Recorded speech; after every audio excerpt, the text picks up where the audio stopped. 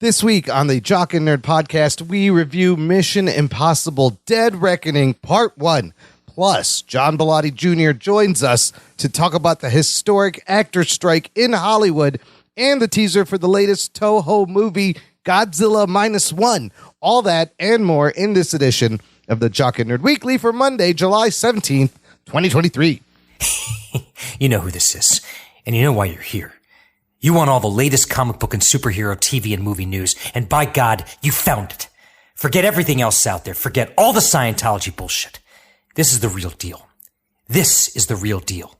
Worship at the feet of the holy trio of geekdom, the Jock and Nerd podcast. Play it. Check. Check one. All right. This is for all you fans out there. Let's give it up. Jock it, we nerd it. We punch, we disturb it. We jock it, we nerd it. We spoiler alert. Oh yeah. Well, hello, listener. How's it going? Thanks for pressing play, and welcome to the Jock and Nerd podcast, where we give you comic book and superhero TV and movie news, reviews, and whatever we choose. Jock and Nerd. My name is Imran. My name's Anthony. He's the Jock. He's a nerd. Rug Boy still out on vacay. We are subbing in someone else, our resident opinionated New Yorker, the lovely admin of our Facebook group, Jock and Nerd Nation. It's John Bellotti Jr. What's up, sub? How you doing? This is John Mario Bellotti Jr. Mario? Is that real? Is that true? That is real. Yeah, I was the first Mario, not the other guy. Okay. JMBJ we got. I didn't know you had a middle name there. I like the full name. Yeah, I'm the original, the OG Mario. Mario, thanks for joining us this week and filling in for the Felty. Appreciate it. No problem. I'm here for you if you need me. Forget about it. You're going to have to talk like that the whole show also. See if you I can easily do see that. if you can keep that up. And we have you here for a specific reason, big Hollywood entertainment news. Before we get to all of that hubbub, a couple of programming notes for the listener here, guys. Listener, if you listen to our podcast in the app called Stitcher, well, you're going to have to find a new app to listen in. Oh no. Yeah, Is Stitcher going out of business? Stitcher will officially close its doors August 29th of this year, 2023, just over being around for 15 years.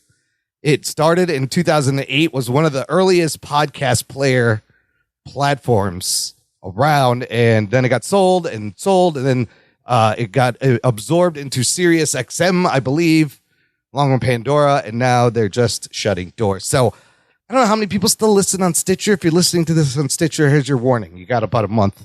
You can find us on all other podcast apps, YouTube, Spotify, Apple Podcast.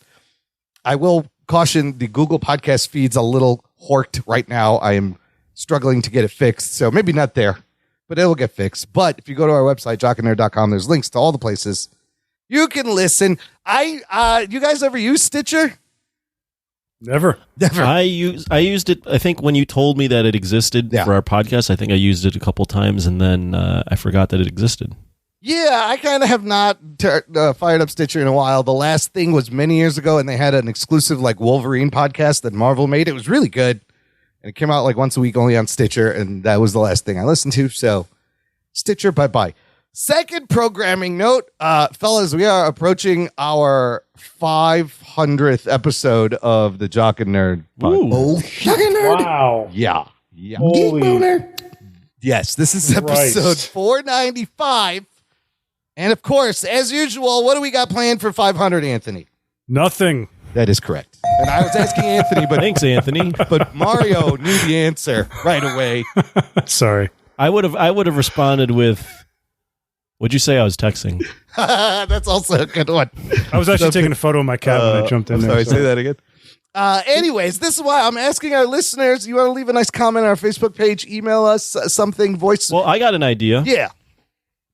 I don't know. Is there anything coming out that week, first off? Oh, that is a good question. Wait, what's the week? I wasn't paying attention. It's fine. What's this episode? 495, This is 496, 6, 7, 8, 9, 500 is Blue Beetle. That's the Blue Beetle movie review, right. everybody. That's what we're doing. That sucks. Well, we can do a two-parter. We could do a Blue Beetle, And then if Ruggs and Bellotti get their shit together, we can do the first half be the Blue Beetle and the second half be the all-time 80s to 2000s Jock and Nerd tournament. Ooh, that is special for 500. Because it'll only be 16 teams or 16 movies because it'll go by quick. Yeah, it'll go by. It will go by quick. Bellotti, all you got to do, you and Ruggs got to mash those. We did Italian minds together, or whatever Ruggs is, the Romanian, Transylvanian. Yeah, before he went to Lithuania, we kind of hashed it out. We picked it out real quick. I'm not worried about that. And I'll still be able to just got to choose between two, right? Yeah. No, I think it was one, but I gotta double back. I gotta reconnect with him. Now that he's back from Eastern Europe. Yeah. Yes. At the brothels. I was sitting for visit all the brothels. Yeah. So Bellotti, what I'm going to do is I'm going to make it World Cup style. So the whole each grouping will have one movie from the 80s that in our tournament, one movie from the 90s, one movie from the 21st century, and then one of the foreign 80s or 90s films. Okay, I trust it. Should be fun. It'll be fun, all right. And then we'll crown the all-time champion. Wow, we actually have a plan for our 500th episode. What do you know? Yeah, we can't just do Blue Beetle because we know that's going to suck. No, I don't know how that's going to be. That's great. We're going to do that. And then also, I want to hear from the listener. Send us a voicemail. Send us a message about if you've been listening for all 500 or not. Something nice. I don't know. Something mean. It'd be great to hear from the listeners as a celebration. If you have any questions, I don't know. It's that's what we're going to do. All right, we came up with the plan. Perfect. Here's the thing. Belotti's going to has a lot of free time coming up. We'll get into why. I can start 2 and 3 other businesses right now. Right now. I can open up a Subway franchise if I want. Yeah, he's got the world is your oyster. Why? Well, that gets us into the new segment. Let's hit it. The Jock and Nerd Podcast. All right. I have to officially rename the Writer's Strike segment. Is now called the Writers/Actors Strike segment. Oh, shit. Because as of 4 days ago, this past Friday, SAG-AFTRA officially went on strike. That's 160,000 actors halting production everywhere. Holy shit. Oh, shit. This is the first actors strike since 1980. I believe that one lasted 95 days. The first actors and writers strike since 1960, which is over 60 years ago. It's wild. Historic, and this is why we have John Bellotti here. Bellotti, before we proceed, because he's a famous actor. Because he's a stand-in background actor. You've seen background him. extra. Background. He's been scanned in. No, Bellotti, for the listener, he is De Niro. He is the background De Niro guy. It's actually Tom Cruise's stunt double. Tom I was in Cruise, The King of Comedy and Taxi Driver. Yep, was him in The Joker because they ripped off those movies. Pretty much. Bellotti, for the listener that doesn't know, let's put out your credentials. Why you are qualified to speak about this. Oh, let's see. I'm 43, so I started in this business when I was 23. Wow. Right out of college. Got an internship at the Juilliard School as a scenic artist intern. Left there after doing a brief stint as a stagehand at Juilliard. Then I became a PA on film and TV. And then I got into scenic painting. I got back into scenic painting, I should say. And then in 2010, I got into the Scenic Artist Union, which is part of IATSE, which is the entire motion picture and television industry. And I've been working on movies and TVs and Broadway ever since 2010. So here we are. So you are IATSE member, union Hollywood worker. You have a little bit of knowledge working around actors and writers and directors and crew. Yes. The actors striking in essentially for a lot of the same things, right, that the writers want. What do they want, Bellotti? They want better wages? Yes and no. They do want better wages. And remember, it's one of the few unions that in our industry that has like an 87% unemployment rate at any given time. Wow. Yeah. Yeah. So they're looking for more money because they're working much less frequently than the writers who are, as you know, they'll make $150,000 for like a show and then not work for like a year or two. Yeah. And in living in LA, that's not feasible. Same thing as being an actor in New York or LA. Money is a big part of what it is they want. Health insurance, because you have to make, I want to say $30,000 to get health insurance. And if you're not working, you are not even qualifying for health insurance. I believe there's a big percentage of SAG that it does not qualify at the moment.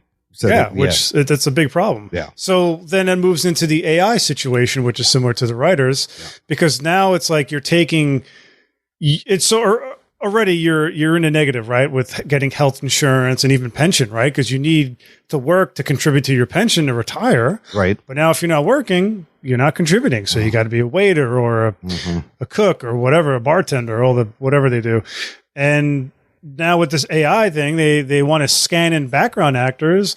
And now I did background work and I never had my SAG card, but there was always, all us non-union people would always talk about, we have to get a SAG card. We just need like three checks. I forgot what it was. It's like you got to get 3 waivers. Okay. And that's how you got in. I don't know what it's like now, but it was always about, you got to get your 3 waivers. And people were stuck on 2 for like 5 years. And they couldn't get that 3rd one because then if you get into SAG and you do background work, you can make a decent living if you hook up with the right people. Like there were these retirees that worked on Law and Order. That show's been going on for 22 seasons. So they would just show up and just hang out all day, eat free food, and make like $500 a day or whatever. And that's the thing. We're not talking about, your Tom Cruises who will make 20, 30 million a movie. Most of actors you're talking about the jobbers they need, and the union argues for the minimum. They negotiate the minimum. These guys live paycheck to paycheck, just like anybody else. So it's not easy. Like a small percentage will get to that upper echelon, but you need all these background people. Right. But segueing into background in the AI, what I was saying earlier is now what they want to do is scan a background actor in and then just reuse their likeness in perpetuity without even compensating them. So now you're taking work away from them. And then what happens in that moment is if you're using digital deep fakes or whatever the hell they do, CGI background, right? Usually, in my experience, what I've seen and what I've learned is that when you have background actors, you have wardrobe people and makeup people that it's employing and PAs that it's employing. You take away background actors, you're not hiring costume people and wardrobe people and hair and makeup people. Dude. It's not just that one dude. Guy. No, and that's why our unions have to be very strong, and that's why IATSE launched a whole AI initiative to understand this and what it can do before they go into negotiations, because they want to go in guns loaded next year because they're seeing what's going on now, and everyone is trying to protect their jobs because it's been run a certain way for hundreds of years, and now they just want to digitize it away. So people are freaking out. So basically that is the gist of it. That's the AI ramifications. I feel like there's other things they're not quite talking about yet, but I feel like those will come out as well. And I think that's all I had to say. There's about residuals on streaming where there's no transparency in numbers. Oh yeah, that's like writers and the actors and even directors. And then they'll pull a movie off of streaming and then there goes residuals. And there was a recent story of an actress on Orange is the New Black who made like 27 cents in residuals. Which is crazy. Yeah, TV residuals were big and a lot bigger, and streaming residuals are nothing. The other story is the She-Hulk writer that wrote the episode that featured Daredevil, like one of the biggest episodes of the season. She got $396 in residuals for. Yeah, I believe it. That's ridiculous. So, let me step in real quick. Yeah. By no means am I an expert, but I've done a little bit of research here, and I've come to my own conclusions based on all this. But I think the big thing that is now the writers and the actors, I think it's the streaming. I think the streaming has really fucked all of this. I was a big proponent of the streaming. I thought it was a great thing for us, but the way the industry has shifted towards streaming and towards big budget investment in films, but then also big budget investment in streaming, and then now cutting back on the investment in streaming, it's really fucked everything. And I think we're at a tipping point. I think a lot of things are going to change. I think this is really going to change the way things have been progressing. It's huge. It's an inflection point in the entire industry and potentially the world eventually. It's going to happen. And the interesting thing about the 1960 dual strike was that they were striking over residuals for a new invention called TV. Yep. So it seems every time they got this new technology, the studios sort of dragged their hands and they just let things, continue as is until, it's like a corporation or a criminal that just continues to, steal or cheat or whatever until they get caught, right? Because they'll keep doing it, and once they get caught, they go, "Oh, okay, then we'll change it." But to sort of add to your point with the streaming is that the streaming was always in the cards, right? Netflix showed us that that's where it's all going to go eventually. What happened was COVID expedited that process to a point that was unsustainable. Even in New York, we were on blacklist. We were sort of insulated, but we always talked to other crew members, and the amount of work that New York was sustaining, I couldn't even find people to staff my crew. Like when I needed extra hands, Wow, everybody had jobs. It was so busy. Wow. It was unsustainable, and we opened up a list called the auxiliary list. We're bringing in non-union people.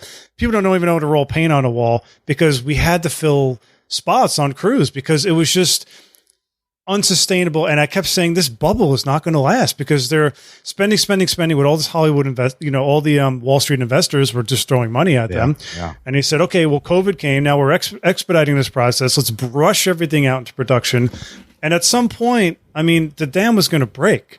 You can't maintain that level of spending and not have to answer to some corporate overlord or investors. Yeah, and to add to that point, so I think you are absolutely right. The COVID pushed everything to streaming even quicker than it was already going there.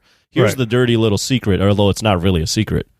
None of the streamers are making any fucking money. Yeah, that's the problem. So the problem is the actors and all the people and the writers, they want money, but the streamers don't have money. They're losing the money. So here's the thing: the streamers aren't making any money. They can't pay these people, but these actors and actresses have been writers have been wanting to make more. Yeah, and everything's been the streaming services have been run like big tech companies. Yeah. So they've been run with the thought process of, well, if we just up our subscriber base and we just see the stock price raise, it's okay. But they were never making any money. And now all these executives are coming in and going, wait a minute, this shit hasn't been working. And furthermore, to add to that point, I watched this video about what writers used to do. So writers, back before the streamers, would write on a show, but they'd write and they'd be on set. Right. And they'd write for 26 weeks for this long season, and they'd get exposure to the cast. They'd get exposure to the entire filmmaking process, and it'd be this organic way of writers working their way up the ladder and eventually becoming directors or any sort of position. Yep. Showrunners. Showrunners, directors, whatever. You could be, an assistant writer and then move up. And because of COVID, now and because of the streaming, two things. The writers are now writing and doing these writers' rooms on Zoom calls. Yeah. So they're not getting any exposure to the industry anymore. Yeah. They're not learning more about the industry. Yeah. They're writing in their own silo. Yeah. But secondly, because of the streaming, they're not writing for 26 episodes anymore. They're not filling 26 weeks of work. Right. They're writing for an episode dump that's going to be a day. Yeah. Yeah, So they're losing all that time. And they got to find another job. Paychecks, and also losing all that time on set to develop their skills. And not actually developing their skills. A lot of showrunners now come in not ever being on a TV set before, and they just get hired and they don't know what the fuck's going on. Yeah, this whole business is about experience. And if you're not getting that experience, you're going to get less experienced people. It's going to get more expensive to put on shows because they don't know the trade secrets of how to expedite the filming and the writing, and they just don't know that. They don't know the workarounds. They don't know anything because they're not on set. They're not learning. It's all about being, what is that saying? Like feet first into the fire. Just you gotta know. Yeah, you gotta know how to work with talent and all that stuff, and how to speak to talent and directors, and you got egos and teamsters and art departments. You got. There's so much that they're not learning. It's all gonna get lost eventually. What's also happening too is because now the streamers have been realizing they're not making money. They're obviously upping prices, but secondly, they're actually cutting back on the budgets for these shows. Right. So, for example, like we can talk about Marvel. Real quick. Marvel the Marvel heads have realized that this streaming thing wasn't smart. Yeah. Especially for MCU and Star Wars and everything, and they've realized that we're putting in all this money on these streamers, on these shows, and it's not working. So let's cut back the budget. Well, if you cut back the budget, you get something like She-Hulk, which looks like trash. And that's because there's not the money invested in it that it was before.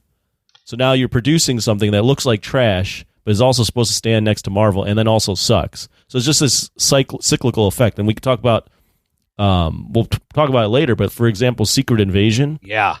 I don't know that it looks like trash, but it doesn't look fucking epic in scale. And this is supposed to be a world-ranging story. So it's just this ugly domino effect that's happening where now the quality of the shows is going down. I think this is, I mean, as Bellotti said, I think there's a real inflection point. I think a lot of shit's going to change after this. I think we might see a lot of these streamers go away. I think it, even though I personally like having everything at my fingertips, the cable business was a tried and true model, and this they have not fucking figured out. Linear TV is kind of dying off too, and the cable, and you can clearly blame Netflix is a huge part. They are the one standout, I believe, in all of these negotiations. And you're right, Anthony. Think about what you said. Netflix was a fucking tech company. It wasn't a movie company. Well, that's the thing with Hollywood, right? Because what's like that old stereotype with Hollywood? It's like if some movie hits big, there's like a million movies that just steal the Marvel universe. Every other studio tried to do their own shared universe and failed. So what does Hollywood do? They fucking copy. So they saw Netflix and then they said, we got to get into that game too because Netflix is going to lap us. And they all jumped into it, not knowing what they were doing, having no experience with it. And again, instead of having the years of R&D and trial and error, COVID just, they jumped the gun and they rushed everything out. Like Warner Brothers in 2020 releasing their entire slate onto HBO streaming. Max, yeah. No, I was going to say, I can't remember. I lost my point. But anyway. Secret Invasion budget just came out, $225 million. That's insane. For how many episodes? 6? 6 for 6 episodes. Yeah, but I think, but that's the thing. It's $225 for 6. I think it was actually, they were investing more. Oh, man. Well, Amazon spent like $300 million on that show Citadel. I don't think anybody fucking watched that show. I watched like the first 4 episodes, didn't finish. They're throwing away all this money. I want to hear from Fran Drescher for a little bit. She is the president of SAG-AFTRA. That's right, the motherfucking nanny, giving an impassioned speech at the press conference. I'm going to play a couple of clips. I'll put the link in there if you want to listen to the whole thing, but here's some excerpts here. But we had no choice. We are the victims here.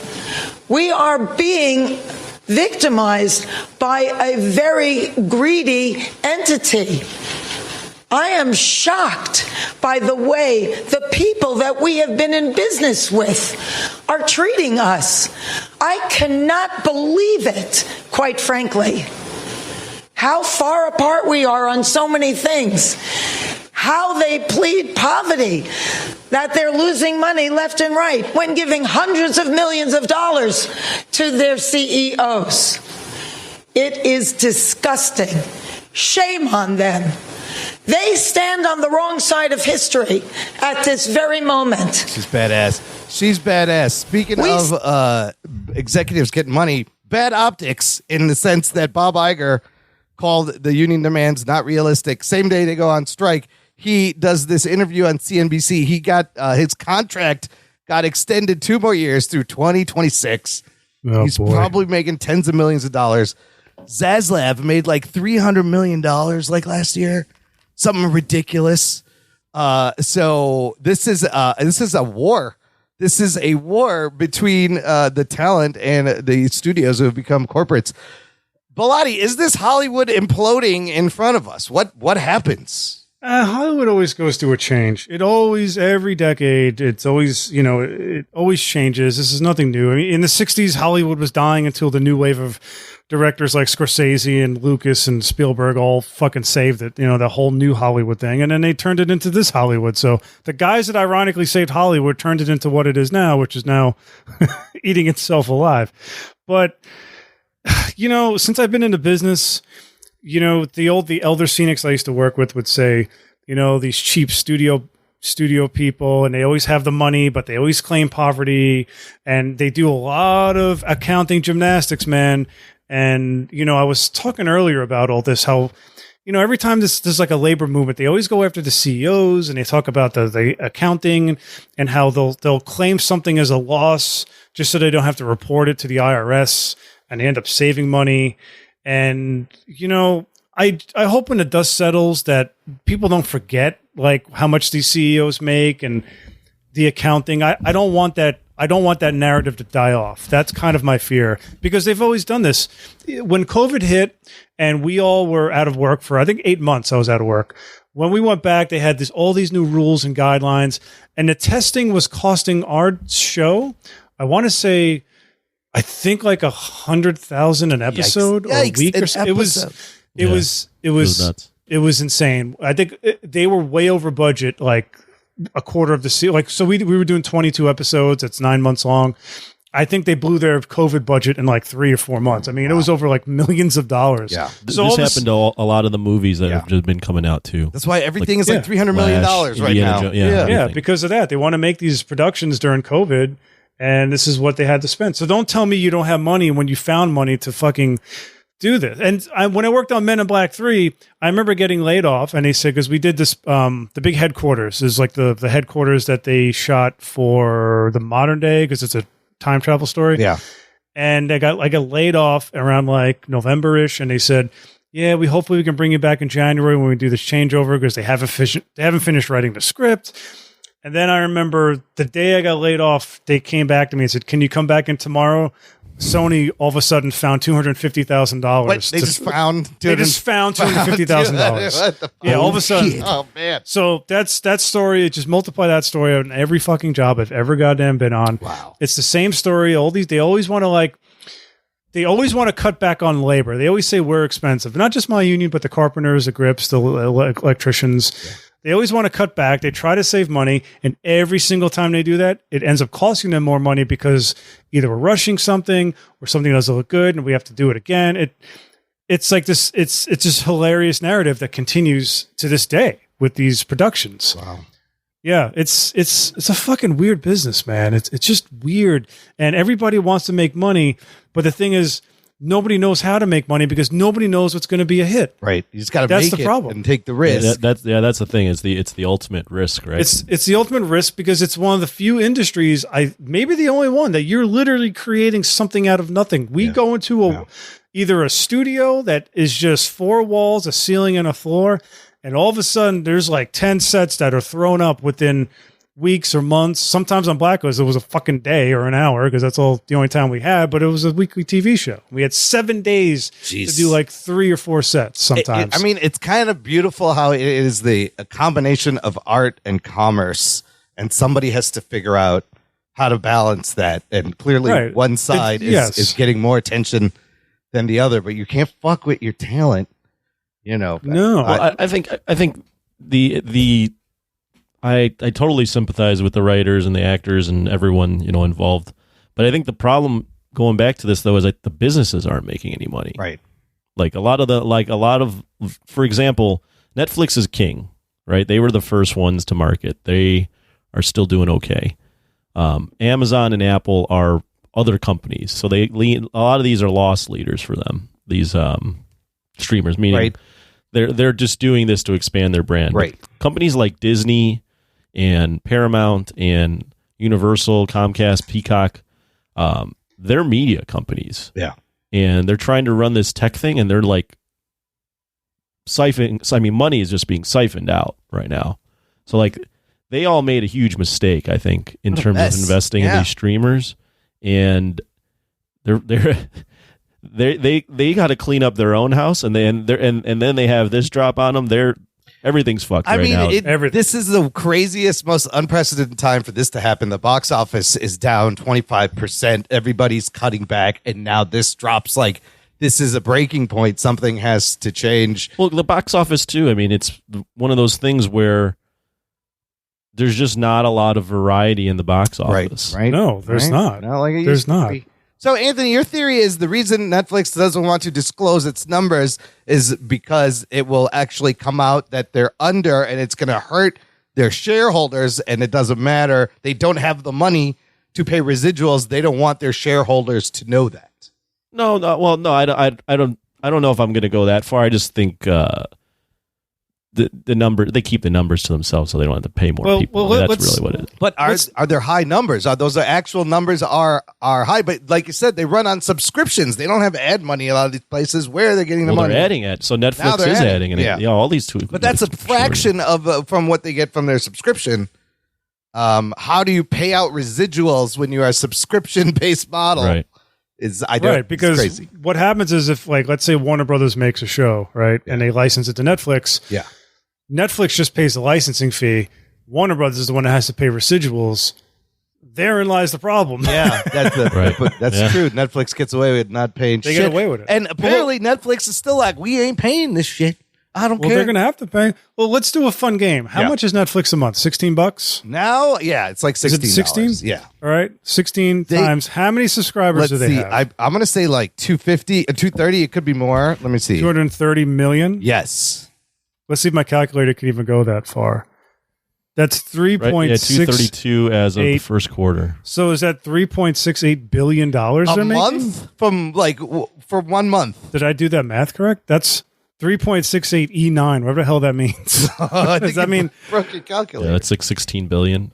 Holy shit, that's a lot. Is that $16 billion a month they're making? Yeah. $16 billion a month. Times 12. But what?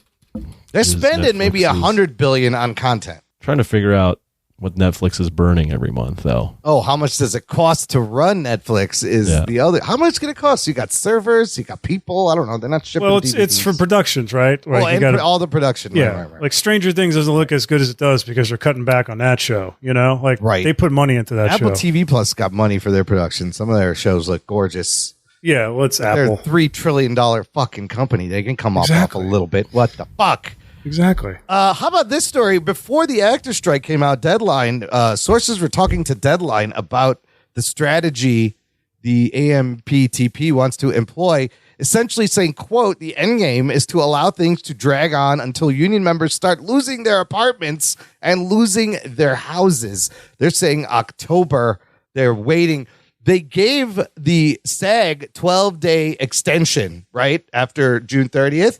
Apparently, there was no meetings or calls held in that 12 days. The studios just wanted time to promote their shit before they went on strike. They did not intend to even negotiate during that 12-day extension. All right. So here's a little economic breakdown of what's going on. And I was talking to my crew about this back before we wrapped the season because one of our older scenics, she's been in the business for like 30, 40, like 50 years maybe. Wow. And she was telling me, you know, they're building all these studios, but then they're cutting back. And she's like, I think they put the cart before the horse here because Netflix is building studios all over. This was a break ground in New Jersey on all these studios, which I don't think is happening. I think they were expanding a little too fast. And they built studios in Brooklyn. Anyway, basically what's happening is Wall Street is sort of pulling out of Hollywood a little bit. They're saying, we invested all this money. We gave you this money for streaming to get you guys going. And now you're showing loss after loss after loss. Yeah. Box office is losing, right? Yeah. So what do you notice these companies have been doing? They've been laying people off, right? Yeah. Amazon, Netflix, right? Everybody. Netflix was the first one. Disney, right? Marvel, Jesus. I mean, everyone's laying people off left and right. So you start laying people off. You start saving millions and maybe billions of dollars because you start laying people off. You're saving money on salary. Then what else happens when you want to save money? Well, you don't put things into production because that costs money, right? And it's also a risk. So now you have these layoffs. You have shows that aren't going in production. And what better way to halt production than to allow strikes to go on? Yeah, this is in their favor. This is all in their favor. So they wanted to drag it on. Yeah, Jesus. So they'll get their quarterly gains because they're not spending anything and they're not losing anything. But they're not going to be making anything because they're not making anything. Well, here's a interesting. This is from macrotrends.net. Yeah. Netflix in the quarter ending in March 31st, 2023 lost $1.3 billion. Lost 1.3 after all that $16 billion a month. Jesus. Yeah, because people went back to work. So, in your guys' opinion, who actually has the leverage here? Oh, I mean, the talent. Can the talent outweigh the studios? That's tough to say. I think the talent has the leverage. I think the general public agrees with the talent. Absolutely. the problem is the talent is probably broke most of the time. Yeah. At some point, you're going to need to do something, They need each other. right? Yeah. But as long You know? if they're able to stick it out, there's going to be major changes because the streamers, again, I'm going to sound like I'm beating a dead horse. The streamers are not making money. The movies, the theaters are not making any money. Yeah. The Hollywood's in a really rough place right now overall. Yeah. It's amazing that it's like this. But the studios have a lot of money. It may be enough to wait out the talent is the thing. This is a fucking standoff. It's going to be real interesting. They can wait it out, but in 3 years, what do you think's going to happen again? Yeah, there's nothing. There's It's not every 3 anything years, they these can- contracts are up. Yeah. And, You're gonna go and, through this again. Yeah. and, you know, the last time these contracts are up was, let's see, it's 2024. So I remember my union was going to go on strike. Well, it wasn't my union. I'm USA 829. Yeah. And I'm part of IATSE, which Okay. is the big one. The IATSE was going to go on strike. Right. But at the last minute, I remember that. they fucking settled for a bullshit contract that gained nothing. Yeah. So, you know, I think they settled because we were coming out of COVID. And then before that, the last time the contracts were up were 2020, and everybody just wanted to keep the fucking lights on. So they said, well, yeah, we'll agree to whatever, you know, let's just keep working and working. And now that we're coming out of all that stuff and looking around, now that dust has settled from the pandemic, where everyone's looking around saying, you have all these subscribers, you're doing all this work, you know, where's our cut? Like, you know, we kept you guys going. We kept the lights on. Yep. How about you like toss us one? Instead, the CEO's pockets got fatter and nobody else's pockets got anything. And then, like, look at a show like Black Mirror. We started watching it. So it was season 1, 3 episodes. Yeah. 3 episodes? That's how the original That's model insane. was. That is not a season. Well, this not a newest season was only 5 episodes. That's still that is not a season. No, I mean, and so what kind of fake mini writer's room? You're sidestepping all sorts Right. of things. When You're you're a working writer, like- when you're a writer or trying to be a showrunner, Yeah. to have it, that's a drastic change, right? So now you have that's to nothing. write, come up with new ideas. You have to hop to so many different shows to make up for what would have been a 23, 26 episode, Yep. at the very least 13 episode season, right? Yeah. Yeah. So This is the time to take a stand, though. Like, obviously I'm with the creatives, and even though it's the you know, you can argue it is Hollywood is in a financially bad place. This is exactly the time to take a stand. this is definitely the time. I mean, if you look at just what's been coming out, and there's still some gems out there, don't get me wrong. Yeah.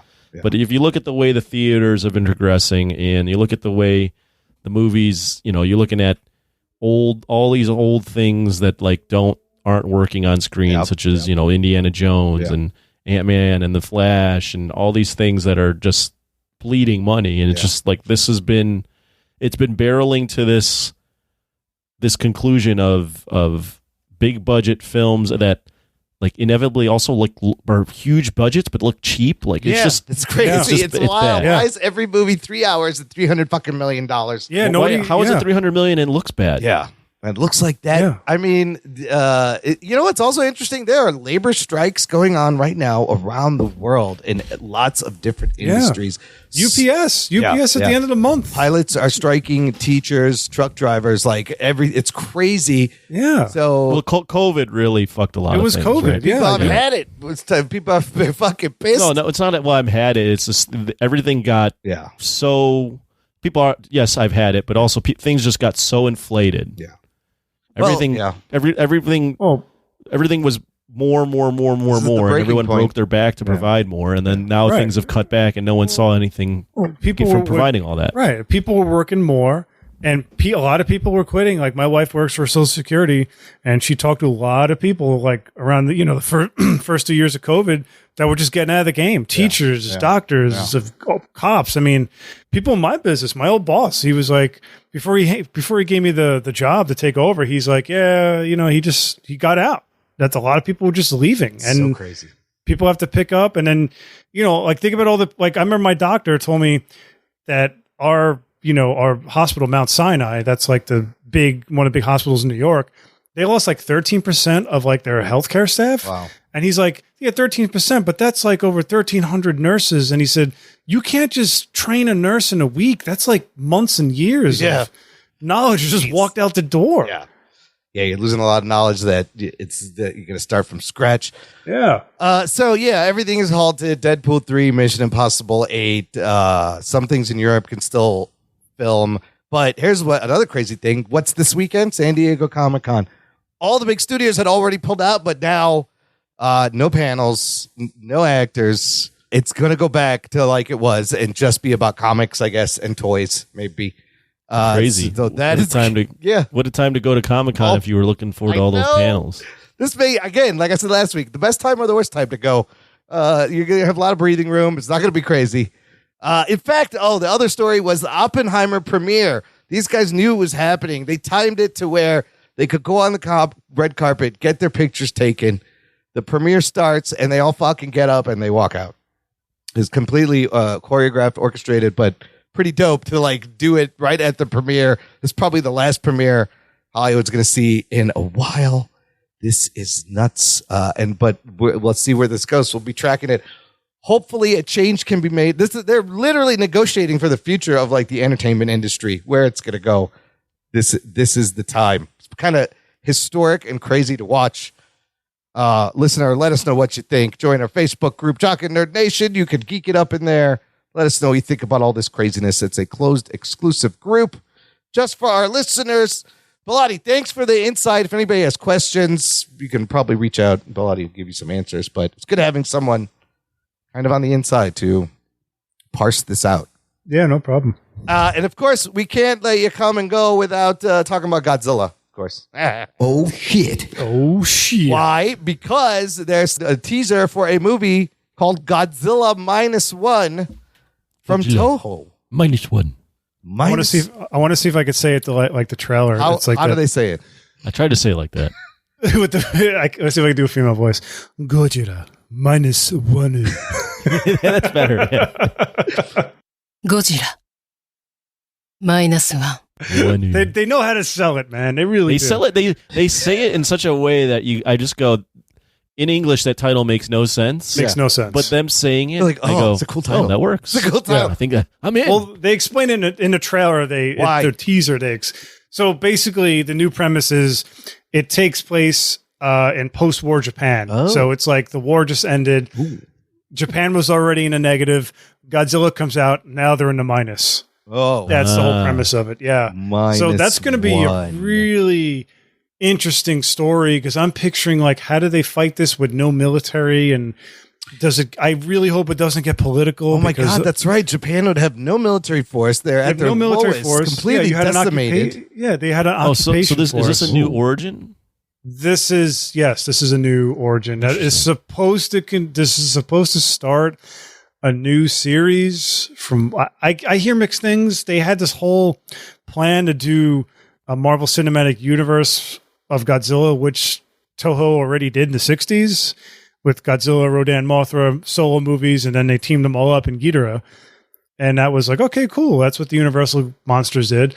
And then Marvel movies started doing that formula. And then Toho was like, we're going to do what the Marvel movies did, even though we already did that in the 60s. So they're just repeating what they did. So apparently there's supposed to be, obviously depending on how this movie does, there's supposed to be a Mothra solo movie and maybe a Rodan. And see, I read that, but then I read that that's not happening, that this is its own thing. It goes back and forth. And I'm kind of over this whole its own thing because they've been doing this since the 2000s where every movie is its own movie. And at some point, I don't know. It just it's another reboot, restart. I'll tell you what, though. The quick shots they showed of the action in this already looks 100 times better than fucking Shin Godzilla. Oh, yeah. To No, me. the director, badass. the director of the movie is a legitimate film director and he loves Godzilla. And in fact, there was a movie he directed called Before Sunset, which Sunset on some, I messed up the title. Anyway, he's got like 3 of these movies. And the second movie, he had a Godzilla cameo in it, which was all CGI. And it looked amazing, like just the way he shot it and the way Godzilla looked. And yeah, he did basically like a proof of concept Godzilla It was movie called within his own Always movie. Sunset on Always the 3rd Sunset, Street yes. 2. Something. There you go. So, and those movies won awards, and that guy he's a legit filmmaker, and he does his own visual effects. Wow. So this guy is stacked. I mean, this is like, I don't want to say this is like James Cameron directing a Godzilla movie, but this might be something close to that. Holy hopefully. shit. Whoa. Yeah, this guy is legit, man. This ain't no Hideaki Anno who's just like total like otaku fanboy. This guy, he knows his shit. So I don't know, man. The trailer looks cool, and I love the new design. It really I love it. I think it has the best elements of the original and the 90s version and even the American version. So Tony, how do you feel about it? A couple of things. Japanese CGI, I can already tell though it's going to need some work. Hopefully they can dust it off. Like the first shot right away of the bell tower, I'm like that CGI doesn't look great. Oh, really? And but did the Flash's CGI look great? No, better or worse? Yeah. Well, we're not talking about Better that. than that. Hopefully, thankfully. In the shot of Godzilla, it looks good, but then the CGI again is a little. I'm not fully sold on CGI Godzilla from Japan. That being said, poster is fucking dope. Yeah, the G is cool. And I'm with you, Bellotti. I really enjoy. I love this design compared to Shin. Oh, Shin, Yeah. I hated. I fucking hate it. I still hate that design. It's the worst. It really is. It's definitely got the 90s Heisei vibe that I like. Right. In terms of just him more upright, big strong thighs, not fat. More of like that face that the Heisei Godzilla had. But then I also enjoy the giant spike. Yeah, he's got huge spikes on the back. Millennium type. Right. And then he's a little bit more scaly, which is, what is that, like more...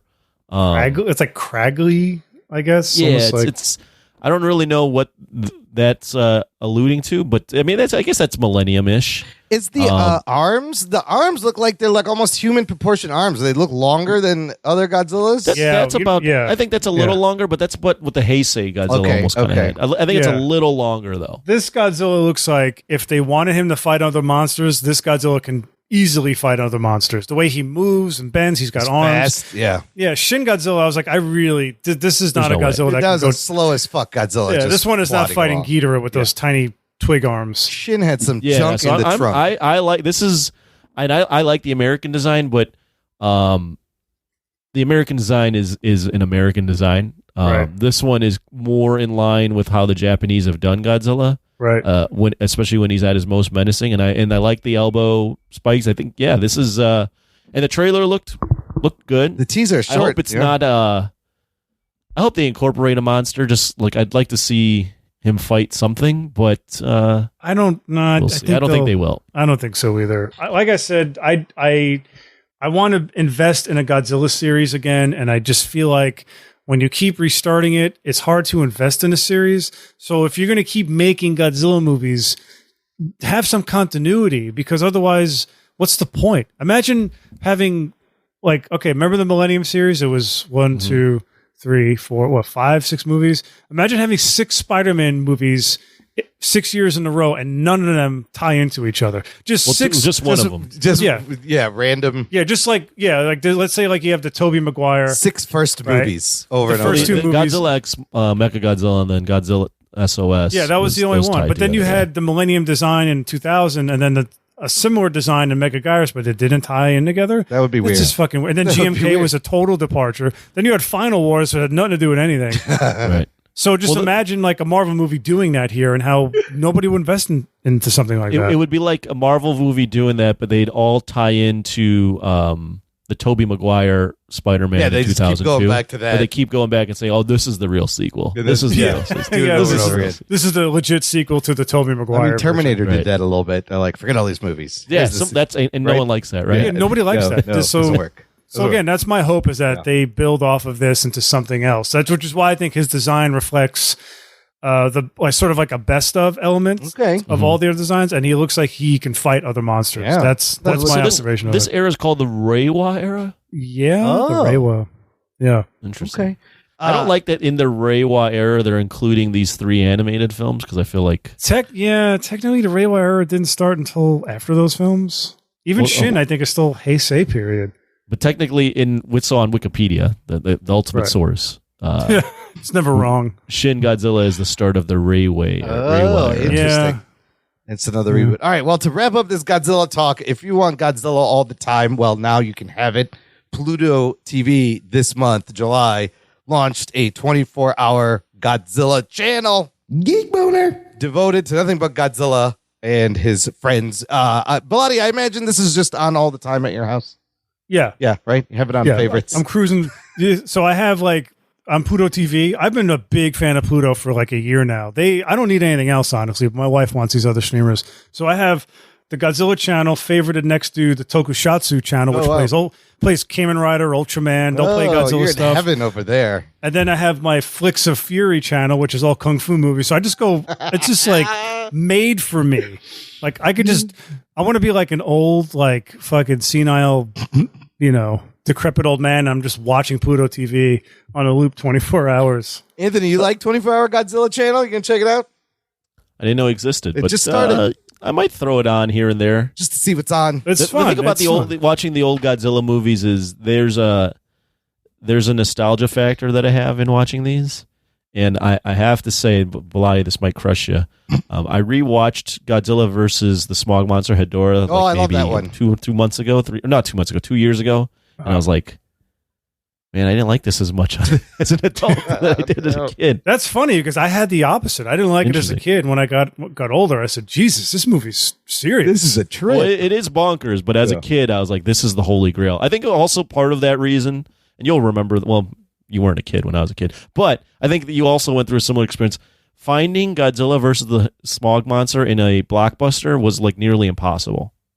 Yeah, it was just for me, it was Destroy All Monsters. Very difficult to find. Yeah, I had to get like a bootleg VHS for some dude in Atlanta. So this article says Pluto TV is showing stuff that has been largely unavailable in the U.S., like Godzilla versus King Ghidorah and Godzilla versus Biollante will be 84. on Yeah, all the 90s movies, basically. The 90s movies you were finding. Those 90s movies, were like a dark pit to find. I bought those reading a magazine.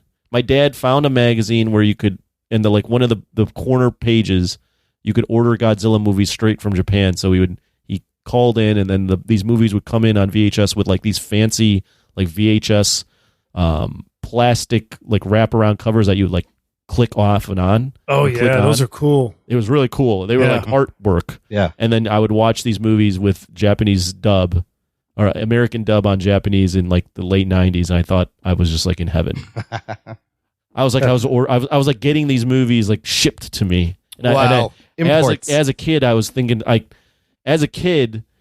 only like recent movies that I ever saw, the Showa movies, were Godzilla 84 and Godzilla versus Biollante. You could find it in some stores. You can find it in some blockbusters. Yeah, HBO, I think HBO released Biollante, and 84 was New World. So they were in circulation, and Biollante was on HBO for a while. Right. And I remember the ones after that, like starting with Godzilla versus King Ghidorah, I didn't know those existed.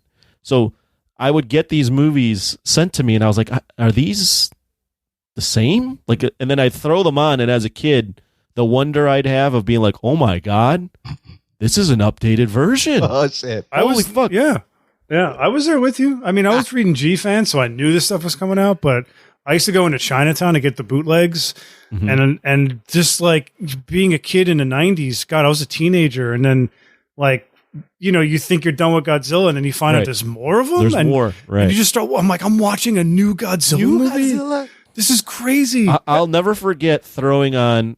First off, I thought the movie I had was Godzilla. I was searching up and down for Godzilla versus Space Godzilla because I saw on like CNN or something that they released this movie. And I thought I'd ordered Godzilla versus Space Godzilla.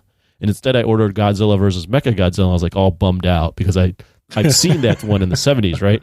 So I plop in the VHS, and it's the one from the fucking 90s, which is an awesome movie. Oh, man. Yeah. And it starts out with them like constructing Mecha Godzilla, and it's like dun, dun, dun, dun, dun, oh man, that is like one of the best dun, themes. dun, dun, dun, dun, and I fucking freaked the fuck out. I was like, holy shit, What is this? does Space Godzilla look like Mecha Godzilla? This is amazing. Yeah. All right, you Godzilla nerds, calm down, everybody. So I'm going to go clean myself up now because I just had a real nostalgic moment there. Yeah. Calm Don't down. talk about next time you go to a club, don't talk about any of this, okay? I had to keep this shit. That's going to be my opening line. Hey, babe, have you seen Godzilla versus Mecha Godzilla 1995? It's way better than the one in the 70s. Hey, want to see my Batra? You're pumped. what?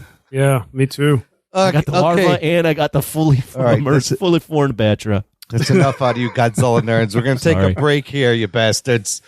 We're going to play some promos and come back and gush over Tom Cruise doing some insane shit on film right after this. After these messages, we'll be right back.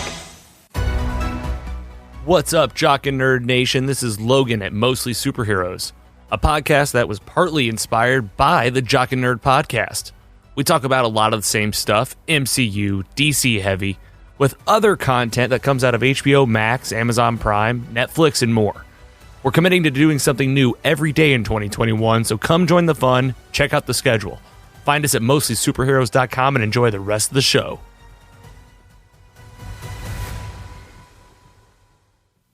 We'll get you back to your regularly scheduled podcast in just a minute, but we wanted to introduce ourselves. I'm Jason. I'm Jeff. And I'm Blake on this highly produced advertisement. That's right. It's the History of Bad Ideas, a.k.a. Hobie. You can find us on Twitter at Bad Ideas Podcast and on Facebook at the History of Bad Ideas. But if you like a podcast roundtable with 3 to 5 guests, usually every week, depending on sick leave, talking about all things geek, including movies, TV. I ain't getting paid for this shit. Blake bitching about something and ranting, and comic books and anything else that we can think of. We have a top 5 list every week, along with a box office news, and somehow we have listeners, so they send us some feedback we answer every week. You can find us on iTunes, Stitcher, Facebook, Spotify, and any good podcast app, because if you can't find us on that podcast app, it's not a good podcast app. Damn straight. Roger says goodbye. Goodbye. Jock and Nerd. Listener, if you enjoy the show, make sure you sign up for our Patreon fan club. Visit jockandnerd.com/Patreon. Jock and Nerd. And you can give back on a monthly or annual basis, and there's tiers where you get benefits. For example, there is an exclusive Patreon podcast feed that has bonus content. Shows come out early, instant reactions, a lot of extra stuff to listen to over there. You can also join us for our monthly Discord hangout. In fact, this month's hangout is the day after this show posts, Thursday, July 20th, 8 p.m. Central Time. Anthony will not be there because Watching Oppenheimer. I know you're watching I got my tickets for Friday for the Oppenbarbie. No, just one of them. Oppenheimer, which we'll be reviewing next week. And there's a tier where you can pick any movie you want us to watch and review just for you. Lots of fun stuff over on the Patreon. Check it out. Okay, it's time to get into the action. We have a big review. We are talking about Mission Impossible Dead Reckoning Part 1. Here's your spoiler alert. Strap yourselves in, you fucks. Spoiler time. Surprisingly, the first Mission Impossible movie we've fully reviewed, even though they've been fantastic entries in the past few years. This is the 7th Mission Impossible movie since the franchise started in 1996. It's crazy. And you could argue the franchise started in the 60s. Well, yes. You couldn't argue it. It is a fact. Based off the original TV show that ran from 1966 to 1973, the show comes back. Came back in the 80s, right? Yeah, it comes back for 2 seasons in 88. The show. Did it really? Yeah. Wow, I had no idea. Created for Bruce Geller. And I don't know if that's where Tom Cruise got the inspiration the second time. I didn't know it came back either. But yeah, you got all the characters. On Rotten Tomatoes, this movie was trending real high. It's still high. It's come down a little bit after 347 reviews. It's at 96% now. At one point, it was like 98%, 99%. 8 out of 10 average rating. Audience score 94%. Money-wise, here's another movie that's budget ballooned while they were making it. Ended up costing them about $291 million. Ooh. We'll get into the crazy production. Like, it's kind of a miracle this movie even got made and fucking came out after all the shit they had gone through. So, $291 million budget. It opened on a Wednesday. It opens domestic 5-day total, $80 million. 3-day domestic opening, $56.2 million. Right now, that 5-day is a franchise record for the series. It's sitting internationally at $235 million worldwide. The franchise It'll have legs. It will have legs. It did not crack $100 million, even in the 5-day. It's been a while. That's interesting, yeah. And we've seen a movie crack 100. Is it going to be Barbie? Is it going to be Oppenheimer? We'll find out. The franchise so far, though, before this came out, has made about $3.5 billion so far. So it is a money-making franchise.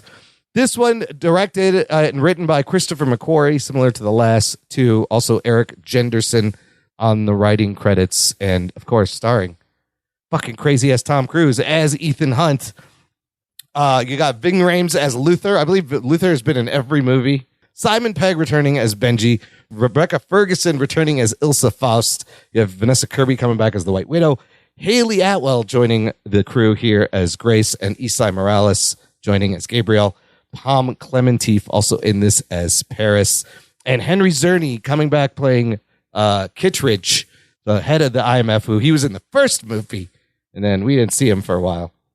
And then you got cameos by Carrie Elways, Shea Wiggum playing a bad guy, Briggs, or a government guy, a bunch of other people. This movie runs 2 hours and 45 minutes long. It's a long movie. Anthony, tell me your history with the Mission Impossible franchise. Not good. I've very recently got into it because of the action movie franchise, but for reference, I remember the first Mission Impossible coming out, seeing it, not really remembering it, and then I watched the third one in the theater with my girlfriend at the time, and all I did was play tonsil hockey the entire movie, so I don't remember the movie at all. And then from there, I hadn't watched a Mission Impossible movie till Fallout a few years ago. Yeah. And I went back and watched Rogue Nation and went back and watched Mission Impossible. Yeah. But I haven't even seen all the fucking movies. So I've really only seen three. I can honestly say I've only seen I've only really seen 3 of the 6. Bellotti, you seen all these movies? I haven't seen. What's the one that Brad Bird directed? That's 4, Ghost Protocol. Yeah. Yeah, I've seen most of part 3, but I didn't see it beginning to end. I think I've seen Ghost Protocol, Rogue Nation, Fallout, and the first one and the second one. Maybe I've seen them all. I can't remember. Philip Seymour Hoffman is in the third one. He's great. They totally fucking Fast and Furious this franchise, because you think it's like it's dead, and then all of a sudden it comes back, but it gets strangely better, and it doesn't get like it's not like this movie's not over the top like Fast X was. Fast X was a fucking cartoon, and ironically, they used a lot of the same locations in this movie as it did in Fast X, but just did it better. Well, it is similar to the Fast movies. There's a turning point in these movies where the tone shifts, and they figure out what they do and gets better and better. It's when McQuarrie comes along, isn't it? Yeah, pretty much. Well, it was McQuarrie came along, but was it Bird? I read. Well, yeah, Bird, like J.J. Abrams in the third one took it to. So the thing before McQuarrie was it was always a different director, and it was always a different spin, and it was always a great director, right? You had De Palma, then you had John Woo, then you had J.J. Abrams, then you had Brad Bird, and then you had McQuarrie. And around the Abrams time, this is from my research, they started injecting the humor, and then Bird kind of started injecting like some of these even bigger like set pieces, bigger set pieces, and then McQuarrie kind of perfected all of it. And they're still kind of like tinkering with it, because this one is a bit more lighthearted than the previous McQuarrie ones. But yeah, we can talk about all that. It is a rare franchise that seems to be like aging really well. And it's also the rare franchise that like was based on something else. Right. In the 60s or 80s, and is like completely carved a niche now where it's like its own thing. Yeah, it's like no one even remembers that it was from. I know. Nobody knows that it was a TV show. They're like, what's this music? Anthony, before we get to all that, what happens in Mission Impossible Dead Reckoning Part 1? Oh, geez. Yeah, good luck. A lot. Tom Cruise as Ethan Hunt and the IMF are tasked with a mission to obtain a key that will potentially control this rogue AI that is taking over the world, and they are tasked with finding this key for the U.S. government, but Ethan decides to go rogue because he realizes this key, the two halves of this key that would come together could just change the entire world, and he is on a mission to find these two keys before the U.S. government does, before a person from his past does, before someone else decides to catch him, before any other country. Peggy Carter decides she wants to fuck around with it. Yeah. So yeah, there's a lot of people looking for this goddamn key, these two keys. They don't even know what the key does most of the movie. None of them don't even know what key does, but they know it's something. It's important. Okay, before we get into the movie theater experience, I believe Bellotti has an interesting story.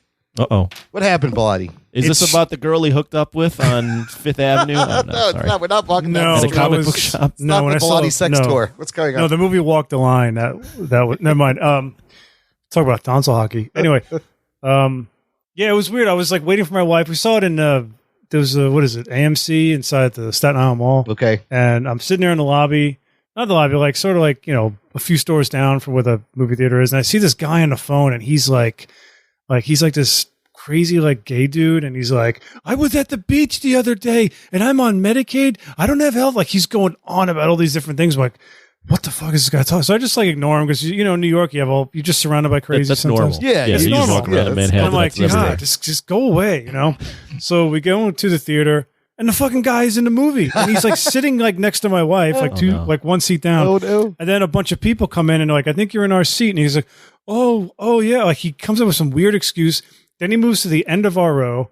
So they play all these trailers. It's a Dolby theater. So it's like my tinnitus is just like on fire because of how loud it is. And then at the end of like the 20-minute of previews, you know, AMC does this thing where like Nicole Kidman comes in. I hate that thing. She's like, go to the movies and look at this. Blah, blah, blah. Right. So she's like, that starts up again. And then the whole Dolby experience promo starts again. And then the lights go on after they just went off. Oh, no. So my wife gets up and goes and yells at him. She's like, I'm going to go ask my money back if they don't turn these lights on. This is ridiculous. So she comes back. And the entire movie, this guy is talking to the screen like it's like they're professional wrestlers. Like the way my mom watches a movie. Like my mom will watch something like, oh no, oh two, you bastard. Oh my God. So he's watching like Palm Clementif, that fight scene in like that like little narrow like corridor. And he's like, oh my God, kill that bitch. You need to kill her. Oh my God. And then when Haley Atwell gets out of the cuffs, he goes, of course she's going to get out. She's good like that. I'm like, what is this guy? And then he gets up and he checks his phone. So the whole movie, this guy's like adding his own commentary. And then, was it good or bad? Was it enjoyable? Awful. It was awful, right? funny. It was entertaining. It was like funny because, like I said, he was like my mom, and he's like, "Oh no, I can't believe he just did that." It was ridiculous. So it's like towards the end, like it's not even the end. It's like when they're still on the train and they're talking. Yeah. The fucking lights just blast on, like full blast. Oh no! And someone just gets up and leaves, and then that crazy dude just leaves. What is going on? And then the lights get dark again. And then finally it was over. We were like, what the fuck just happened? That's the weirdest thing ever. Yeah. It was weird, man. It was just so bizarre. I hope it didn't distract from the movie. Bellotti, you're a guest. Let's start with you. The movie ends. What'd you think overall? I liked it. Did I like it more than Fallout, which to me is the best one? Mm-hmm. No, I don't. I didn't, but the movie did a really good job of keeping that tension up the entire film. And as a drummer, I really appreciated the snare drum beat they had going on the entire movie, because that just kept you on edge the entire film. And you really felt the weight of everything just with that score alone. Yeah. I mean, I liked it. The Mission Impossible movies, I'm kind of like Anthony, where it's like I sort of came to it late. I sort of in and out of them. I always have a hard time understanding what the fuck is going on. They can be convoluted sometimes. It's the first one was the most convoluted, and Rogue Nation was another one. That's why it wasn't a favorite. Fallout was pretty straightforward in that regard, but there was still a lot going on. But this movie, it's like I feel like all the movies explain the plot in the beginning, where they sort of read the mission, and then it's just action, right? For him to get a thing or stop a thing or whatever. Yeah. And this movie. So I did compare it to Fast X in that they shared locations, but it's also similar that it's a part one. Whereas, and I don't even know why I'm comparing this, but it's just because it's a part one of another movie. Same thing with Across the Spider-Verse. Spider-Verse, yeah. This movie and Spider-Verse felt like a contained storyline, where Fast X, you could tell they were dragging things out. It was taking forever. They were clearly setting up the next 2 or 3 or probably 5 movies they got left. But this movie felt it was self-contained while still leaving, the big thing open for the next movie. Like they didn't stop the entity, the AI entity. It's still there. Right. So I know it's kind of long-winded, but it's a lot to process because you're watching all this crazy, beautifully shot stunt work going on, and you're trying to process. Yeah. And like the action and and where they are and like what's going on, and then it's broken up by great moments of levity, like when he's in the little Fiat. Oh yeah, that was so fucking funny. Great. That was great. So leaving the theater, I really liked it. I feel like as I'm watching the movie, I was thinking to myself, Jesus, man, like this guy, he knows how to get asses in seats. Like this is what movies are about. Like this is what summer popcorn flicks are all about. Anthony, opening thoughts. What'd you think coming up? Yeah, I'm not the biggest Mission Impossible fan, but Fallout for sure made me go, wait a minute, there's something, maybe I've been missing out on these things, right? And then obviously Dead Reckoning comes out, and we're in the midst of doing all our action movie research, so I've been hopped up on adrenaline for about a year and a half since the 80s tournament. So, if you look at me right now, like I haven't slept in probably years. Jesus. All I do is pump iron, drink testosterone, try to bang anything that comes in front of me. So it's just like I'm ready for this, right? This is me now. This is who I am. I'll punch someone in the face. I don't care. Let's go. I'll punch you in the face right now. I'll headbutt you and then drink down your blood. Whatever. I'm gonna jump out the window off the building. Yeah, I'll fucking jump through a window. Who cares? So anyways, Dead Reckoning, really amped. I was really more amped than I would normally be for a Mission Impossible movie. Yeah. And right from the get-go,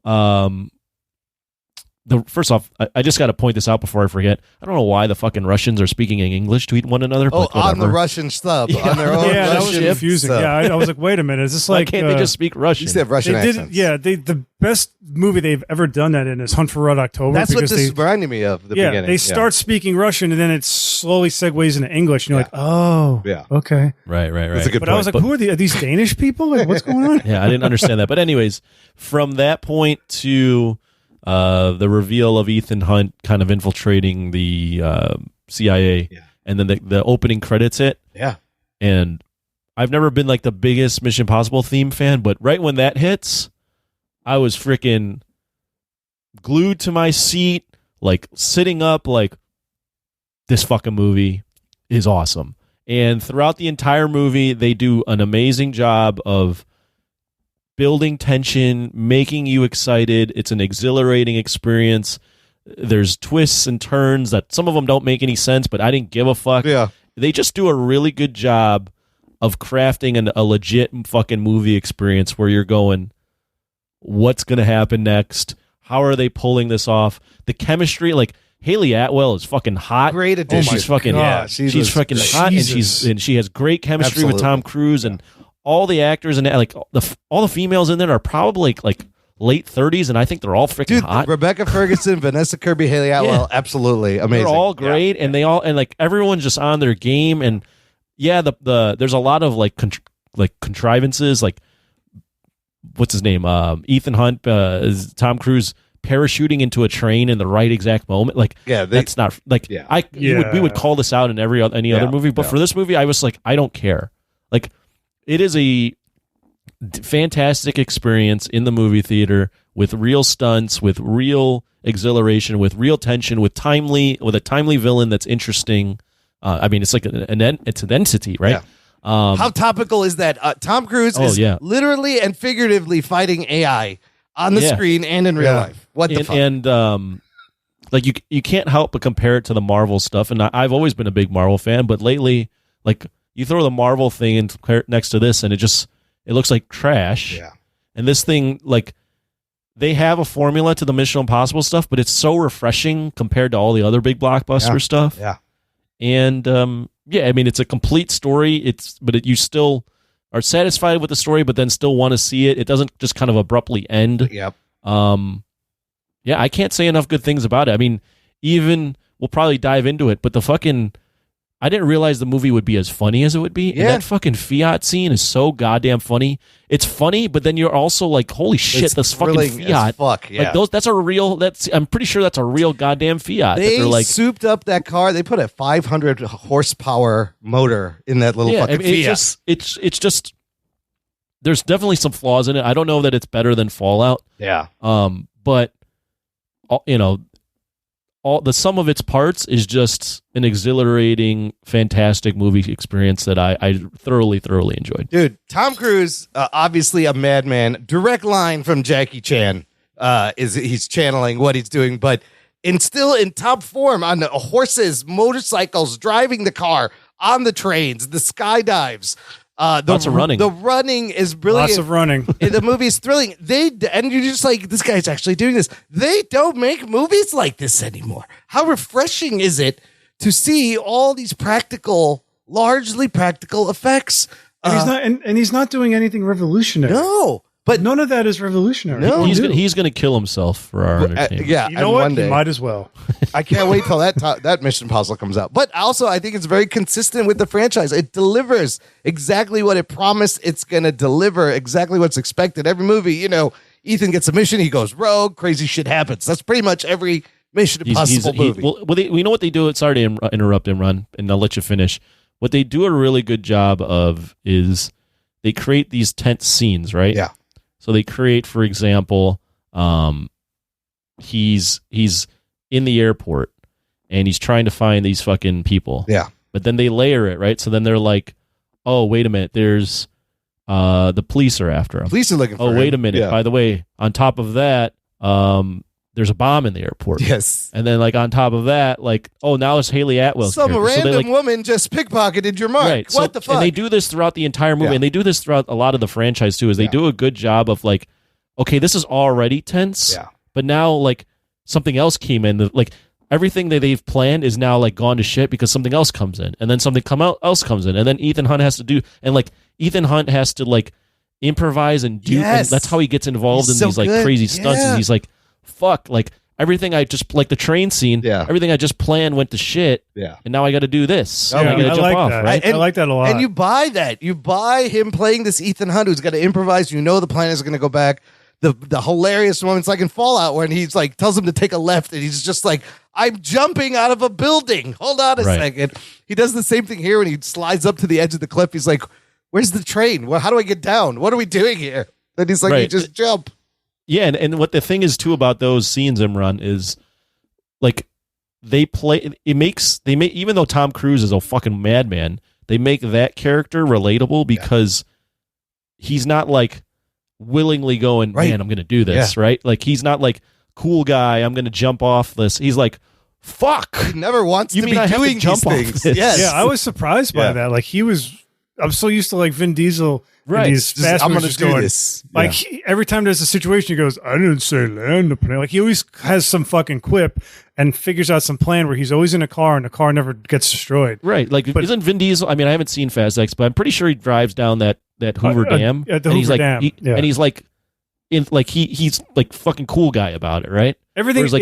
Every movie, a fast movie, he never panics. Right. Ethan Hunt is doing crazy shit and panicking and freaking out about it. And I found it very, I don't want to say relatable because I'm not fucking driving off of cliffs and but it is, right? That's how a normal person would react, right? Yeah. And he plays it so well, you buy it. I love also in this movie, McQuarrie did a lot of callbacks to the first film with the low Dutch angles. The train scene a little bit reminded me of the train scene in the first one. Yeah, De Palma is a master at tension. Yep. Every movie he does, Snake Eyes is another great one. And I think he definitely set the template. Yeah. And you definitely felt in this movie. But I did have a question. The villain, Gabriel, those flashbacks, was that from another movie? No. So we had that same question. That's a whole new. We have never seen Gabriel or that woman that he shot. This is pre-IMF days of Ethan Hunt. Oh, okay. I guess they're going to explain this more in the next one, but this is a character from Ethan's past we have never seen. I thought one of the nitpicks I had is the villain maybe could have used a little bit more time because if you put him up with Solomon Lane or Philip Seymour Hoffman from the third one, they're much better villains. Solomon Lane was just amazing bad guy. He's a trained MI6 agent who goes rogue, right? I totally agree with you, Imran. I think this villain, especially since they tie him into the past and we haven't seen him, is kind of a strange choice. But the entity thing, yes, it's fantastic. Would have been laughable a while ago, but with how timely it is, it's just for me, it worked. I was like, oh, this. No, it works. This is kind of This is something that I don't know how he's going to fucking deal with. Yeah, there's a human bad guy, and then there's a super powerful, intangible bad guy. But plus, they have the benefit of having another movie, so I think they're going to flesh that guy out. Hopefully, they do. Yeah, Gabriel. I think that's the smart thing to do. And what, again, comparing to Marvel, but I liked Marvel back then. But this freaking villain is so much more intimidating than Ultron ever was, and they have the same fucking powers. I mean, it's the same exact thing as AI taking over, and the whole like it changing people's faces and like.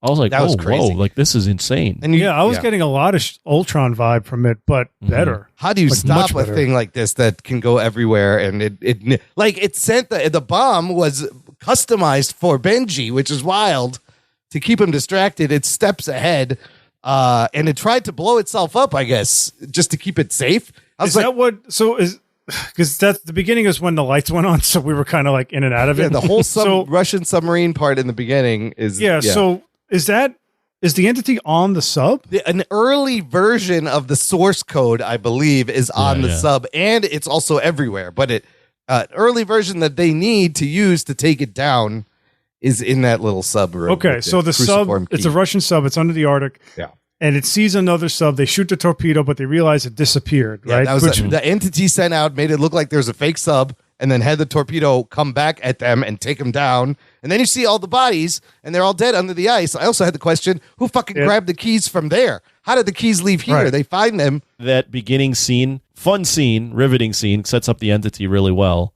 Also, like, the most convenient fucking thing ever, because the entity blows itself up to basically, I think, bury the keys, right? Yeah, is that to hide, I guess, yeah. But the bodies all down in the fucking sub all come out. All somehow. happen to float up to the top. They don't get buried. Yeah. They all happen to float up to the top. They're not fucking eviscerated in the explosion, so they are floated up to the top on a dude's neck that it wasn't eviscerated. The guy happens to just put it on his neck.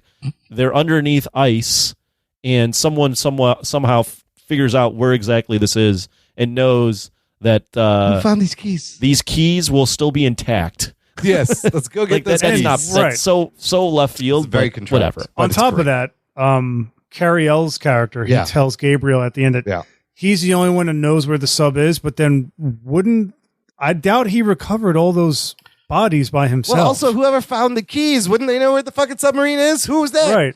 Yeah, again, like this movie has a lot of contrivances, and again, I would totally destroy it in another movie, but Jesus, they do everything so well. Yeah, there's a couple of places where they cheat. There's a lot of like cheats like that, or them the way they've always in nick of time. My biggest complaint, me and my wife had watching it, was the fucking train car at the end is hanging off the cliff, and you're like, how are they going to get out of this? And the fucking Palm Clemente, who was stabbed in the stomach, has the strength to find them and save them and then die. That was a little like, come on. Like, there's always like it's an anime trope. Like Dragon Ball used to do this all the time where, oh no, like Goku or Piccolo's in trouble and somebody always saves him at the last second. And that's what I noticed this movie did a lot, was there was always someone at the very last second. They cheat a couple of times. That time where the train falls and you see them just standing there, like you don't actually see them climb out. Anthony, you mentioned he crashes through the train window just at the right moment. If you notice at the end of the chase scene with the Fiat, when it's on the tracks, she unhooks herself and handcuffs him. You see the train. You don't see him escape. You just see the train hit the car, and he's there next to it. You never saw him escape. So they do that a couple times, but it works. They do that a couple times, and I'll also say my last nitpick on this, before I just continue to gush over it, is fucking love Haley Atwell's character. Have no fucking clue what motivates that person.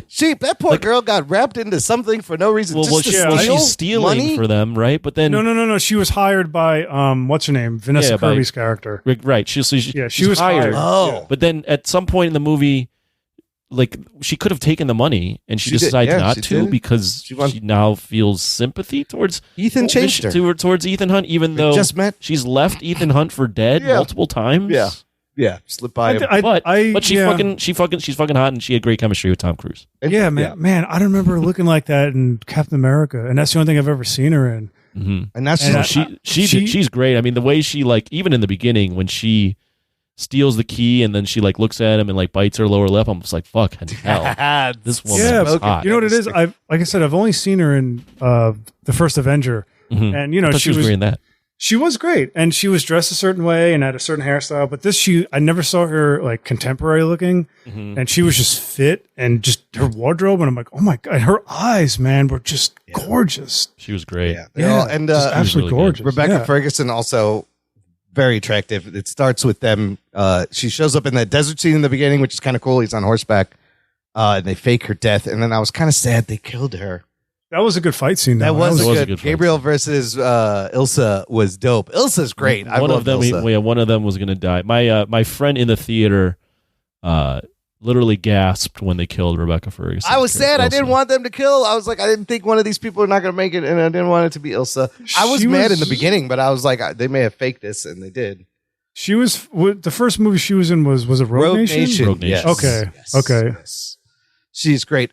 So that Rome scene, he is actually driving and drifting handcuffed to Haley Atwell with one hand. Like that's all. See, that's the thing too. So Tom they do a Cruise. great. They're being chased, right? Yeah. And they're being chased by so many people, but they do a good job. They layer in the fact that these two are handcuffed. He can only use one hand, and she's gonna help. And they're like cross driving. So it's just like they do these things that make a scene that already would be tense even more tense. Okay, how do you get out of this? Right? Like it's just, and then they get cornered at one point, and then they reverse reverse into like the one door into the in the tunnel. Like it's just one thing after another.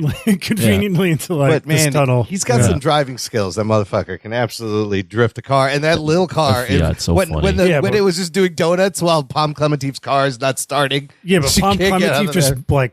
like barreling through cars. That was and great. Bikes. And the scooters I mean, and the bikes. Yeah, she was badass. She's badass. Beautiful. She can fight. was so, like, I'm watching this movie and I'm looking at her and I'm thinking to myself, I just want to see a movie with her just being a badass. The hallway fight was great. He spares her life, but that tight quarters fucking action. In the alley. Yeah, in the alley. In the alley at night was great when she can't get, and then he sees Gabriel has killed Ilsa. But nobody noticed that the White Widow had brown eyes. Oh yeah. It was like stark, like very brown eyes. It went from blue to brown. You know, did you notice also that the party scene where they go to that rave or whatever, like the entity is like the music visualizer, right? In all the screens, like it's there the whole time, and there's some great. Yeah, that was cool. That great was really it's beautifully fucking shot. Absolutely, him running on top of the fucking airport is great. And then running through the candles, fucking great stuff. Which I mean, they the scene at the end, or they really filmed him fighting on that fucking train. Yeah, let's talk about the train scene. This is where we get the bike stunt that was so hyped. All these featurettes. And Anthony, I listened to your instant reaction where you said maybe we shouldn't have been spoiled on that bike scene because seeing it, I was waiting for that. I was like, I can't wait to see the scene. You can see how they replaced the ramp with rocks and shit, but it's still a fucking dope scene. But it's just one part of this amazing train chase where they had to build the trains to crash, and Tom Cruise and Isai Morales are on a train going 60 miles an hour fucking doing the stunts. Like that's all him. You know what that reminded me of? What? Bellotti, hopefully you've seen it.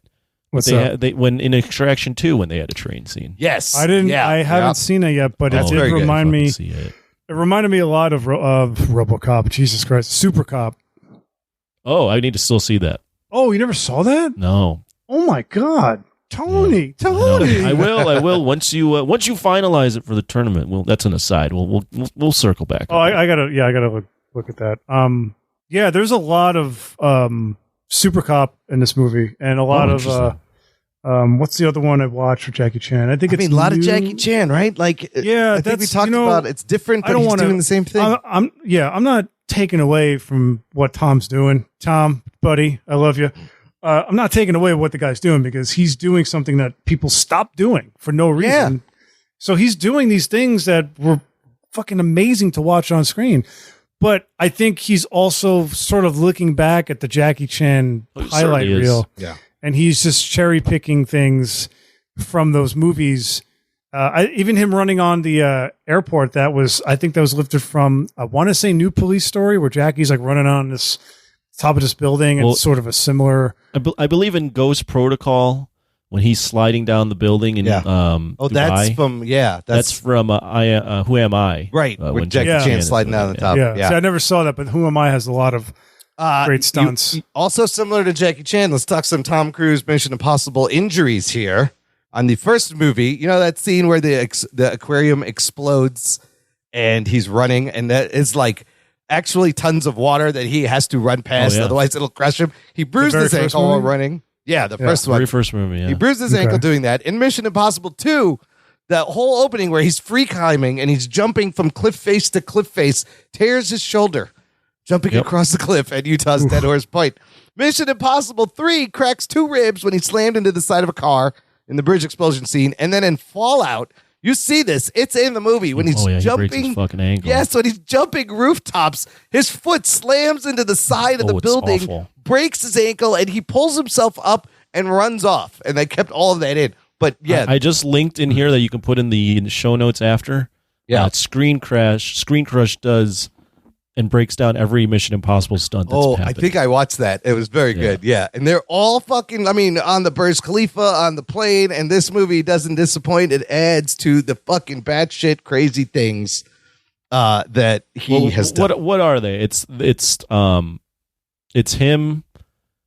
Well, all the running is not really a stunt. No, but, the Fiat scene. The Fiat is all him driving, yeah. The horse. Doesn't he get on a bike at some point? Yeah, that same scene. He starts on a motorcycle, then gets in a car, then gets in the Fiat. There's like 3 vehicles. When is he on the horse? Did I miss that? The horse is in the beginning, when he finds Ilsa in the desert. That's right. I totally forgot about that. He's on the horse in a dust storm. Right.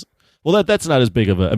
He set a high bar that him on a horse in a dust storm doesn't make. But then the whole doesn't train, even crack the list. The whole train scene is numerous crazy stunts all put together, right? From jumping the bike. Jumping off with a bike to parachute onto a train and then fighting on top of a moving train. He also does something called sky farming or sky something to where he's spinning around in the parachute and kind of controlling it as it descends. Like that's a skill. He had to learn that. Oh God, yeah. I was thinking about the scene with the train cars are like over the edge and they're jumping from car to car, and the kitchen train car, they're slipping in the oil. Oh yeah, that's great. That was great. That was great. And then the piano, and that's him fucking dangling from the fucking train like he's hanging there. They built those trains. Go ahead. Sorry. No, just in preparation, just for that bike jump, he did 500 skydives, 13,000 motocross jumps. If you watch that featurette, unbelievable preparation that this motherfucker does. You certainly cannot expect every actor to want to put themselves in danger like this. I don't know how they insure him. That being said, the fact that he's like, this movie could be complete shit, but the fact that I know he's doing that, it just raises the level of the movie. It's up there so with much like the John Wicks, like in terms of action set pieces, the guy doing the action. Yeah, there was. You know what? Watching this movie and watching that club scene, you could definitely tell that they've taken influence from the John Wick movies because honestly, those guys shot just like it. Yeah, Stahelski is doing the best action directing, best modern action directing, I think, in Hollywood right now. You know, on a limited budget. I'm sure if the guy had $290 million, you'd be seeing some pretty spectacular shit. But and if you're going to steal from somebody, again, you steal from Jackie, you steal from the Raid movies, you steal from John Wick. I mean, well, McQuarrie's definitely giving that guy a run for his money. Yeah. And I don't disagree that Stahelski's the best, but we said this earlier. Marvel regularly pumps in $300 million to their movies, and they don't look nearly as good as McQuarrie is able to balance. The his locations he chooses, the way he shoots these things, it's all gorgeous. The epic worldwide scale. Well, they shoot him in the location. Marvel just shoots everything on a fucking green screen in Atlanta. The volume or whatever. All right, so let's talk about how the movie ends. Gabriel, it's kind of convenient how he gets away. He conveniently just falls off the train. Very convenient. He falls off a train that's going 60 miles an hour into a stationary truck that's just sitting there. Think about that. Not only does he fall, doesn't he like truss fall off? Yes, he just falls backwards, and he shouldn't have just landed straight flat on a stationary truck. The man is traveling at the same speed the train is. But at this point in the movie, you're just like, bullshit, whatever. Yep. Yeah. You've seen so many ridiculous things. It's just like, I mean, they're climbing the side of a train with knives, you know? Yes, stabbing it. So he had the key, but Ethan has picked his pocket amongst all this, and Ethan ends up with the key. How many people? Somebody needs to count how many pickpockets there were. Magic tricks. Everybody is picking everybody's pocket. Yeah. Everyone now can pick each other's pocket and do magic tricks. Sleight of hand with the key. He's doing the sleight of hand with this key or this key, like it's a fucking Vegas magic show. What are you doing? I was like, I said when out you say it out loud, Imran. When you say it out loud. Like, this movie's ridiculous. Like, if any other movie, you'd be like, that's fucking stupid. I think I said out loud in the theater, at that point, I was like, oh, he does magic now. I just said it under my breath. That's what I was thinking. Wait, did he do this in the other movies? I don't remember. No, Okay. he's never been sleight of hand. So they have the key. Paris, before she dies, tells Ethan what the key is for, what it unlocks, and he knows what Sevastopol is. So part 2, what are we thinking? Crazy underwater shit? Here's my big question: are they going to kill fucking Ethan Hunt at the end of the second movie and close it out? No. I heard he said he wants to go as long as Harrison Ford did Indiana Jones. Jesus, it's Yeah, 20 more I years. also read the same thing, that initially Dead Reckoning Part 1 and 2 was going to be the end, but now him and McQuarrie are coming up with ideas for further sequels. Oh Jesus! So maybe they won't kill him, or they'll fake The only his thing death. I don't get me wrong, I like these movies now, especially now. But I'm just like, how much? He's 60. How long can he? I mean, okay, let me ask Bellotti. Jackie Chan, when did he really start to cool off on doing all the stunts? How old was he, you think? When he came to Hollywood and he started doing, I think, Rush Hour, he was like older than me, like 45. Yeah. And I'm 43, and I'm like, how the hell did he fucking... Yeah. So it was around in his 40s, he started cooling down a little bit. Because he was doing The Medallion, Tuxedo. He did some fucking movie where he's like with a bunch of kids, and he's like, I don't know. I was on the other day. It was awful. But he's still doing stuff in China. So I don't know, because he's still doing stuff. He's definitely not falling off of clock towers. That's for sure. He's not sliding down buildings, but well, it's also a little, I guess it's a little bit of an apples to oranges, because Jackie Chan's stunts, he did have some high risk stuff, but his was very hand to hand, like jumping on things, and Tom's doing like he's hanging off shit, right? Like, and he's like, right, he's being like strapped onto something like that. So I mean, it's a little and different. Jackie has done that, but the thing is, Jackie's always done it, and Tom's doing it now. Right. He just started doing it. It just started doing it now, and no Tom reason. has harnesses Yeah. and blue screens, and Jackie didn't have any of that stuff. Like when that motherfucker fell off that building, he fell off that building. Yeah. The only thing breaking his fall were like 3 awnings.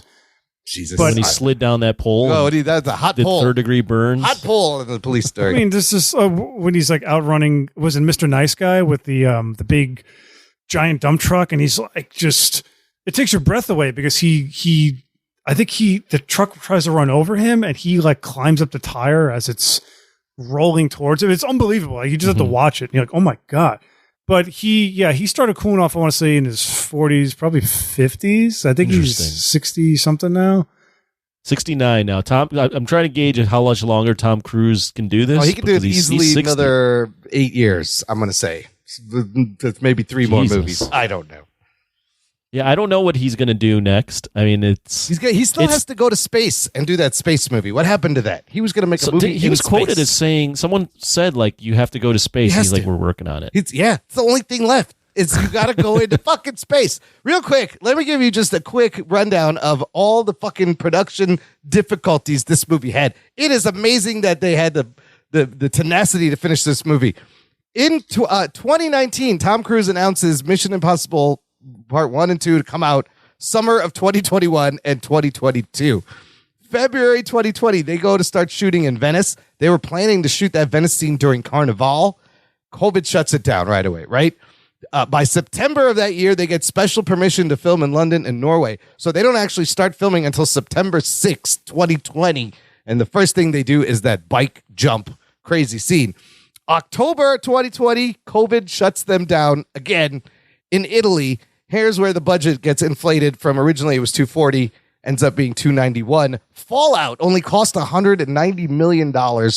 They've called this one of the most expensive movies ever made. And clearly, the Hollywood is in shambles. The investors, the insurers, the money's drying out. Tom Cruise is stressed. Anybody remember this? I'm going to play about 30 seconds of this. You're back here in Hollywood making movies right now because of us. Because they believe in us and what we're doing. I'm on the phone with every studio at night. Insurance companies. Producers. And they're looking at us and using us to make their movies. We are creating thousands of jobs. You motherfuckers. I don't ever want to see it again. Ever. Remember remember that shit when that happened? I totally forgot he did that. That was on the set of this that. movie. That was during the making of this movie. Yes. What was the situation? That's what I couldn't remember. Somebody just like, I think it was an innocuous thing. Somebody just was like too close, or they didn't have a mask on or something. Oh, yeah. But at this point, the insurance people are pulling back. Paramount is footing the bill for all the extra costs. Tom is fucking stressed out. And I think he just snapped and went viral. Now, that blowing up that bridge scene, they had trouble finding a bridge to blow up. Originally, it was going to be in Switzerland. The Swiss said, no, get the fuck out.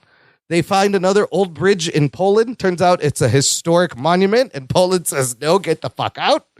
They finally moved to the UK, and they find that train line where the whole stunt happened, except they have to wait.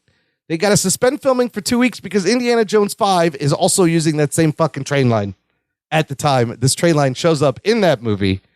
And they finally finished filming on August 2021. They filmed the last scene. And at this point, the release date's pushed back to 2023, a 2-year delay, which places it 1 week before Oppenheimer and Barbie come out. And then the last news story is Tom Cruise is pissed because he has to give up all the IMAX screens just after 1 week because Nolan is the IMAX guy. He shoots on IMAX cameras. He loves IMAX. He's their fucking spokesperson. Of course, he's getting all the IMAX screens for Oppenheimer, but we'll see. So it's crazy the release date of this movie because he literally has 1 week before like 2 giant movies are coming out for competition. Just wild. Well, I'll give Tom, he deserves a lot of credit for a lot of stuff right now because he's basically almost a one-man army with the movies right now. Is he saving the movies? People, creating stuff that people want to see that's original. But I got to give him credit for really insisting, really pushing back on not making his movies go to streaming when everything was going to streaming. Yeah. And just being like, nope, I'm going to hold out and wait. And, I think my showing had a little message from him in the beginning. Yeah, I had that too with him and Corey. Yeah, Corey. And I think it's these movies, the movies he makes are truly cinematic and they deserve to be seen on the big screen. He sees the writing on the wall and he sees that there's no money in streaming. And, he's been around for a while and he's, I'm sure he has a vested, what do you call that? When the actors get a percentage of the box office. Oh, yeah. Points. Yeah, I'm sure. Points. Yeah. Because that's why Nolan was so adamant about getting Tenet into theaters because he had he was going to get box office. Well, and that's why Scarlett Johansson and Disney Marvel almost broke over Black Widow. Black Widow because of the points. Cruise has the clout to do that. And the other thing is too, like, Cruise is, he's part of this broken system. I don't say dying system because it's certainly not dying, but it's a broken system. And even Tarantino commented on this. And this has been something that's been going on with American cinema for a while, is that since they switched over to more IPs, they're losing the celebrity. They're losing the stars. There are no stars anymore. There's no stars. There's no leading men. No, there's no leading men anymore. There's no leading women. No. Like, who is there? Like, who do we have? Everyone's either British or Australian. Your leading men are in their 60s and 70s right now. Yeah, and all these movies are just bombed. I mean, you have Michael Keaton coming back to play Batman in the 70s. Indiana Jones is almost 90. Tom Cruise is 60. In fact, when we were driving home from the movies today, I turned to my wife. I said, it's interesting that all the women in this movie were like gorgeous. They're probably like mid-30s, early, Haley Atwell is 41. Yeah. And all the men in this movie are like 55 and older. Right? Yeah. Except for the kid in the beginning, they're all it is. It's men. I mean, the final battle on the train is like two old dudes going at each other, but for some reason it works.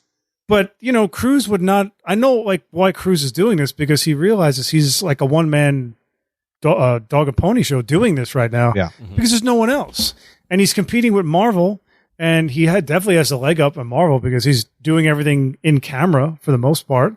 Marvel's certainly not doing that. And, he is sort of fighting against the tide of what's going on. I guarantee you, if he was up against like 4 other dudes that were like doing these kinds of movies, it'd be a whole different landscape right now. Nobody's doing this, man. He'd still be doing these things, but it wouldn't be the only thing we're talking about. Right. Yeah. It's what makes it, besides the fact that it's just well executed movies, it makes it really work is this and Top Gun Maverick.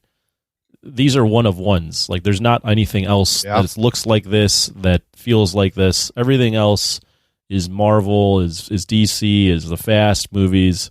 That's why these things, when they're shot on screen, they really stick out. It is refreshing. It's Right. it's and real. he's kind of part of like one of the last of that old guard of That old like, guard, yeah. when men were portrayed as like these masculine men and they weren't all torn down and it's nice to see not emasculated. It's nice to see like an old hero like Tom Cruise or Keanu Reeves not be torn down on screen like what's his face was Luke in Last Jedi. What's that actor's name? Mark Hamill. Yes, treating the where it's old. just like, yes. you're a sad sack. Well, and they you did never that with fucking- Indiana Jones too. They turned him into a sad sack in this movie Right. because all his fame got nothing. They also they wrote the women characters fairly well. People want to see. Sorry, real quick, and then you can finish. People want to see their heroes be heroes. Yeah. Well, they want to see him, go through the hero's journey. Like he wasn't sure of himself in a lot of situations, and he was figuring it out on the fly. Same thing with Keanu and John Wick. Like he got the shit kicked out of him in those movies, and he still, persevered. It's about that journey. Plugs on. Hero's I mean, journey, I thought the way they wrote Grace Hilly Atwell's character also, this is a fleshed out. She has her own agency. She she doesn't always want to do the things, Right. but she knows But what he's- she's doing, and she but knows he's when not- to let him do things. Right, but he's also not like a chauvinistic male, Right. because he tells her, Grace, her character, that I put your life before mine, and he saves her life multiple times, and she helps him, and he's not just like, get in the kitchen and cook. What the fuck, he's not like that kind of masculine. I also love this. That's the balance. The several times when there's something happening and Ethan Hunt is like, here's the plan, go do this. And the other person's like, how am I supposed to do that? And he just goes, figure it you'll out. figure it Yeah. out as he runs off. I love that So because he great. kept saying it. Yeah, I love that He goes, so much. I don't know, you'll figure it out. He doesn't know what he's going to do and you completely buy it. It's so good. Yeah, that's great. Now I guess but- Grace will be part of the IMF and she took the choice. She wants in. I don't know. My friends and I were a little confused on like her IMF journey, but whatever. Do we trust Kittredge also? I don't know about this guy. I don't think you're supposed to trust him. Yeah. was he was in the first movie. He wasn't was he? in the He first was, movie, yeah. and they brought him back, which is kind of cool. That's crazy. All right. But I guess Let's final thoughts. Let's rank it and rate it. Anthony, why don't you go first? I can't really rank it because I haven't seen all the Mission Impossible movies. I'll just say that I don't know that it's better than Fallout, but I had a damn good time. Yeah. If I did rank it, I had a Fallout because of it'd be recency bias. I don't know. I'd have to watch Fallout again. Yeah.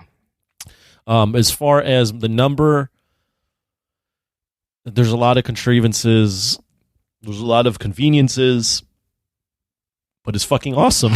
And I can't give it a full like 9 or 10. I'm going to go 8.5 out of 10. Okay. But it is a damn good time at the theater, and I thoroughly enjoyed it. Fuck. I'm with you. Highly recommended. You don't see shit like this anymore. I'm just gonna go ahead and give it a 9. But also, I did rewatch Fallout, and I was watching parts of Rogue Nation, and it's like tied. Fallout just edges it out because I think it has a more fully fleshed out bad guy, and which they set him up in the movie before. But this is also part 1. If they flesh out Gabriel and give us this backstory, it could save the whole thing. But it's definitely up there, and the movies get, if not remain as good, do get better and better in this franchise. It's fucking crazy after 30 years. So I'm going to give it a straight 9. Bellotti, what about you? I give it an 8.5. Okay. But it's also, you got to remember too, it's an 8.5 in the sea of 3s. So there's not much out there right now that it's really, nothing has come close to what this movie did this year, except for John Wick 4. Yeah. But scope wise, budget wise, I mean, I think this one takes the cake, obviously. I like Fallout more. I give Fallout like a 9.5, maybe even a 10. Yeah. Sure, it had his contrivances, but Henry Cavill made. Oh, he's great. He's is so great just like, oh my god, the yin to Tom Cruise's yang. You know what I mean? Dude, that whole scene where they know that Walker's a bad guy and they play him with Alec Baldwin in that tunnel is so good. Yeah, And the whole just having him is flip-flop. like, and then him just cocking his arms in the bathroom before he just pummels I that guy. love that. Fucking I love that. fantastic. Hey, it's the mustache that ruined Justice League. Always remember. But it gave us Fallout. But it gave And us Fallout Fallout. is is nonstop. I mean, at the end, you're out of breath because it just goes and goes and builds and builds and builds. Where this movie, it was kind of like, I don't know if you guys ever saw The Great Escape with Steve McQueen, and it's like a million other guys, but it's a World War II movie. Yeah. And it's these guys that try to escape like a Nazi camp. And a large chunk of the movie, I haven't seen the movie since I was a kid. And all I remember was Steve McQueen on a dirt bike trying to get out of this camp and like out of like German occupied territory. And every time, like, because it's an ensemble cast. And for like 20 minutes, this guy, Steve McQueen, is on a dirt bike trying to get out of the camp. And it cuts back to other people, cuts back to him, and he can't get out. It just goes on and on and on.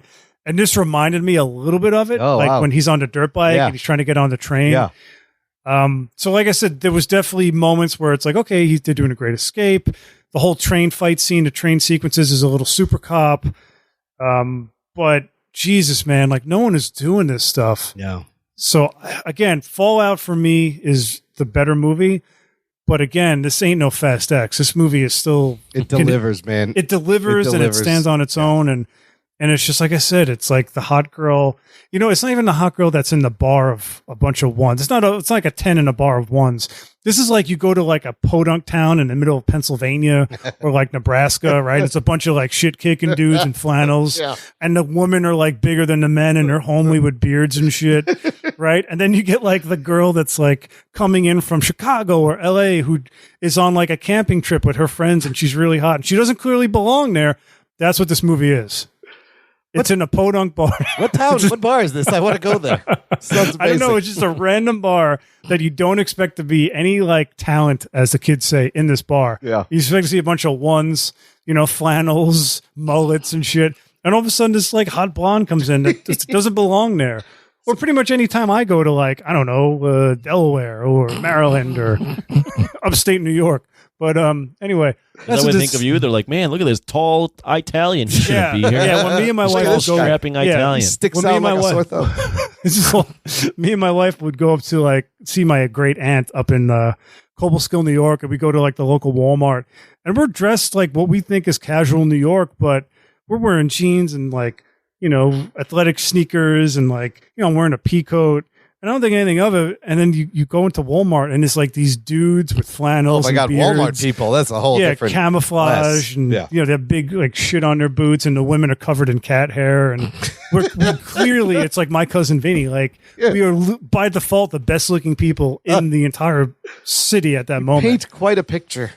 With your words. Well, this is experience. Wait, you know what else I love about this movie? The first of all, the fact the opening credits are like 27 minutes into the movie. Oh, I love that. But who does credits like these? These are throwback. And they show highlights of the movie. They showing you the movie. Yeah, that's cool. You're about to see. I've never seen. It's such a throwback like TV thing to do. It's so that's great. An old school thing. I love that. And they do it every movie, and they show you the movie before they show you. Here's a quick question for you. Yeah, I said this when we reviewed John Wick. Yeah.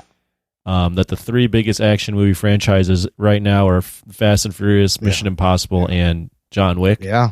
It's clear to me, obviously, Fast and Furious is like maybe 20 notches below these two at this point. Oh, yeah. In terms of just like credibility and what people really think of this shit going on.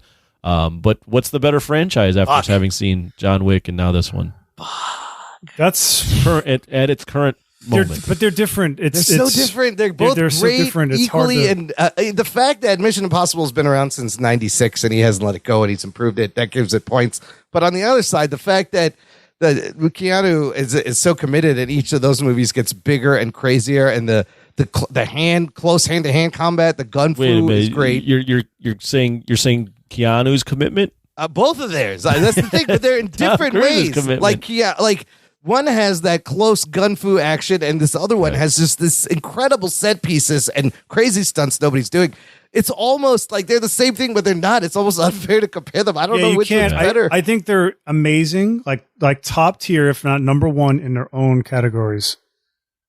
If you had they are both technically action movies. Well, I guess one is action spy, the other one is more straight up. Yeah, one's espionage and one is What do you think, Anthony? Which one would you give it to? I can't answer this. Oh man, that's so hard. It really is. I mean, it's like, what do you want? Do you want big stunts or do you want hand to hand? I think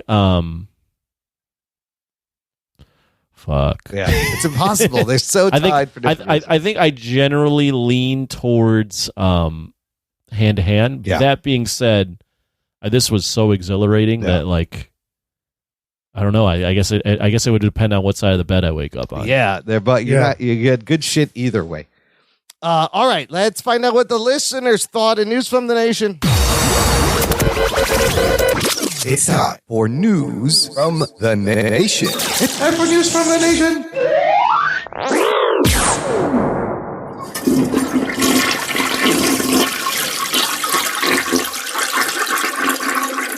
Anybody got it? No? Nothing? It stinks. Nobody's farting. It stinks. Oh, I forgot that. I was You're going going to fart in front of other people? Are you embarrassed? No, I'm done farting. All right, that's fine. Anyways, Andy Hun, who is from Mostly Superheroes podcast, said, "Got to get me some of that green gas stuff." That was a great scene. I mean, you knew it was him kind of when you saw that weird guy standing there during that scene, and he just knocks everybody out. You knew that guy was wearing a mask. Yeah, you're like, this guy looks weird. Why are we following him? But that was great. Gerald Morris just said, loved it so much. Chris Marin says, just got back from watching it in a fairly packed theater. It was very good. Really enjoyed the ride, and I'm really looking forward to the conclusion. But it's not as good as any of the previous ones from 3 onwards. He says, the actions, locations, screen presence were all fantastic. The story, not so. Ultron? Is that why Agent Carter is there undercover? Yes. He says there's a lot more comedy in this compared to the last movies, plus a couple of very convenient, in the right place, at the right time, seed resolutions, which the Mission Impossible movies don't usually rely on. They cheapened the tension for me. It felt more Luc Besson with a huge budget than Christopher McQuarrie. That's interesting.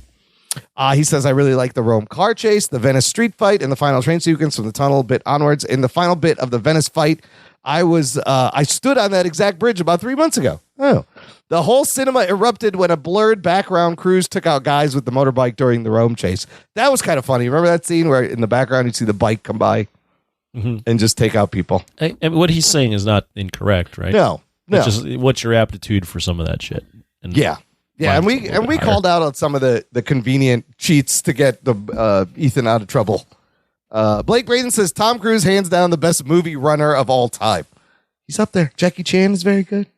He's very good. No, it's Steven Seagal. Steven Seagal is the best runner of all time. That lunky bastard. That lumbering fucking tall No, dude. you got to watch him run in some of his early goals. He's not lumbering around. He's doing Seagal. something else. Oh, I see. His arms. I don't know what those arms are doing. Does he run like Ezra Miller? Is that when did they learn it? He learned it. Kind of runs like that. He runs like he's never put 2 feet in front of him. You know what's funny? The other day I saw this young female jogger running, and I turned to my wife and said, "That's the way Steven Seagal runs." And she had no idea what I was talking about. I'm like, you just don't get it.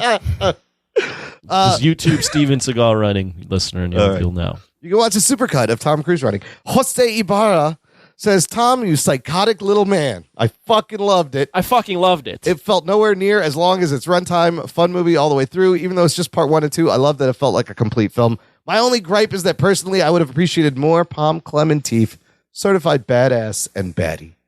I do love how it is a satisfying, self-contained movie and leaves just enough plot threads. Like, you know where they're going. But there's a finish. Unlike Across the Spider-Verse, felt a little jarring where it ended. This one doesn't. Yeah, fair. And Palm is great. You can put her in more things. All right. I think we're going to call it there. Of course, out this week, listener, Oppenheimer and Barbie. We have chosen Oppenheimer for the win, for the showdown for the first weekend. Go watch that. We'll be reviewing that next week. We don't need to talk about Secret Invasion. No, we'll skip that for the review when it's over. There's only 2 episodes left. I don't know. I do want to say one thing real quick. Yes. What are we watching? Yes. 2 things. First, Bellotti, you got to watch Extraction 2. Yes. I know. It's on my list. I know. You will, and then I want to hear what your reaction is. But I watched Sisu. You did watch Sisu. Speaking of the action genre. I did. And I'm glad I decided to buy it last night or rent it because it was $20 for the longest time, and then I would have paid it. And then last night, or maybe a couple days prior, you could rent it for like $5 or $6. Oh, it dropped? Ooh, I'm going to watch it. So, and Sisu it's good. It's not mind blowing. Yeah. It's made by the guys. I think it's the John Wick producers might be in it. I forget who exactly, but It's not John Wick. It is like a guy stabbing people in the head, though. It's like Inglourious Bastards. In Finland, sort of. Okay. It's a little bit more. Granted, these movies are ridiculous, but it's even more ridiculous in terms of what this guy can survive or take. He's killing Nazis. But at the end of the day, it's a guy that's killing Nazis, and that's he's killing Nazis. That's always fun to watch. So you would. It's about a guy that in the middle of World War II gives no shits. Is a badass guy that just gives no shits about anything, just wants some gold, finds gold, and then the Nazis take it from him, and he wants it back. Give him my gold. Where's Simple my premise. elephant? All right, I love the trailer, and I'm definitely gonna check it out now. It's a fun movie. Okay, good. It's hour 30. Oh, nice tight, easy breeze. All right, it's a good recommendation. Bellotti, are you excited for Oppenheimer? And tell the listener where they can find all your stuff online. I am. Well, sure, yeah. What I'm watching right now, Emron. Yeah, what are you watching?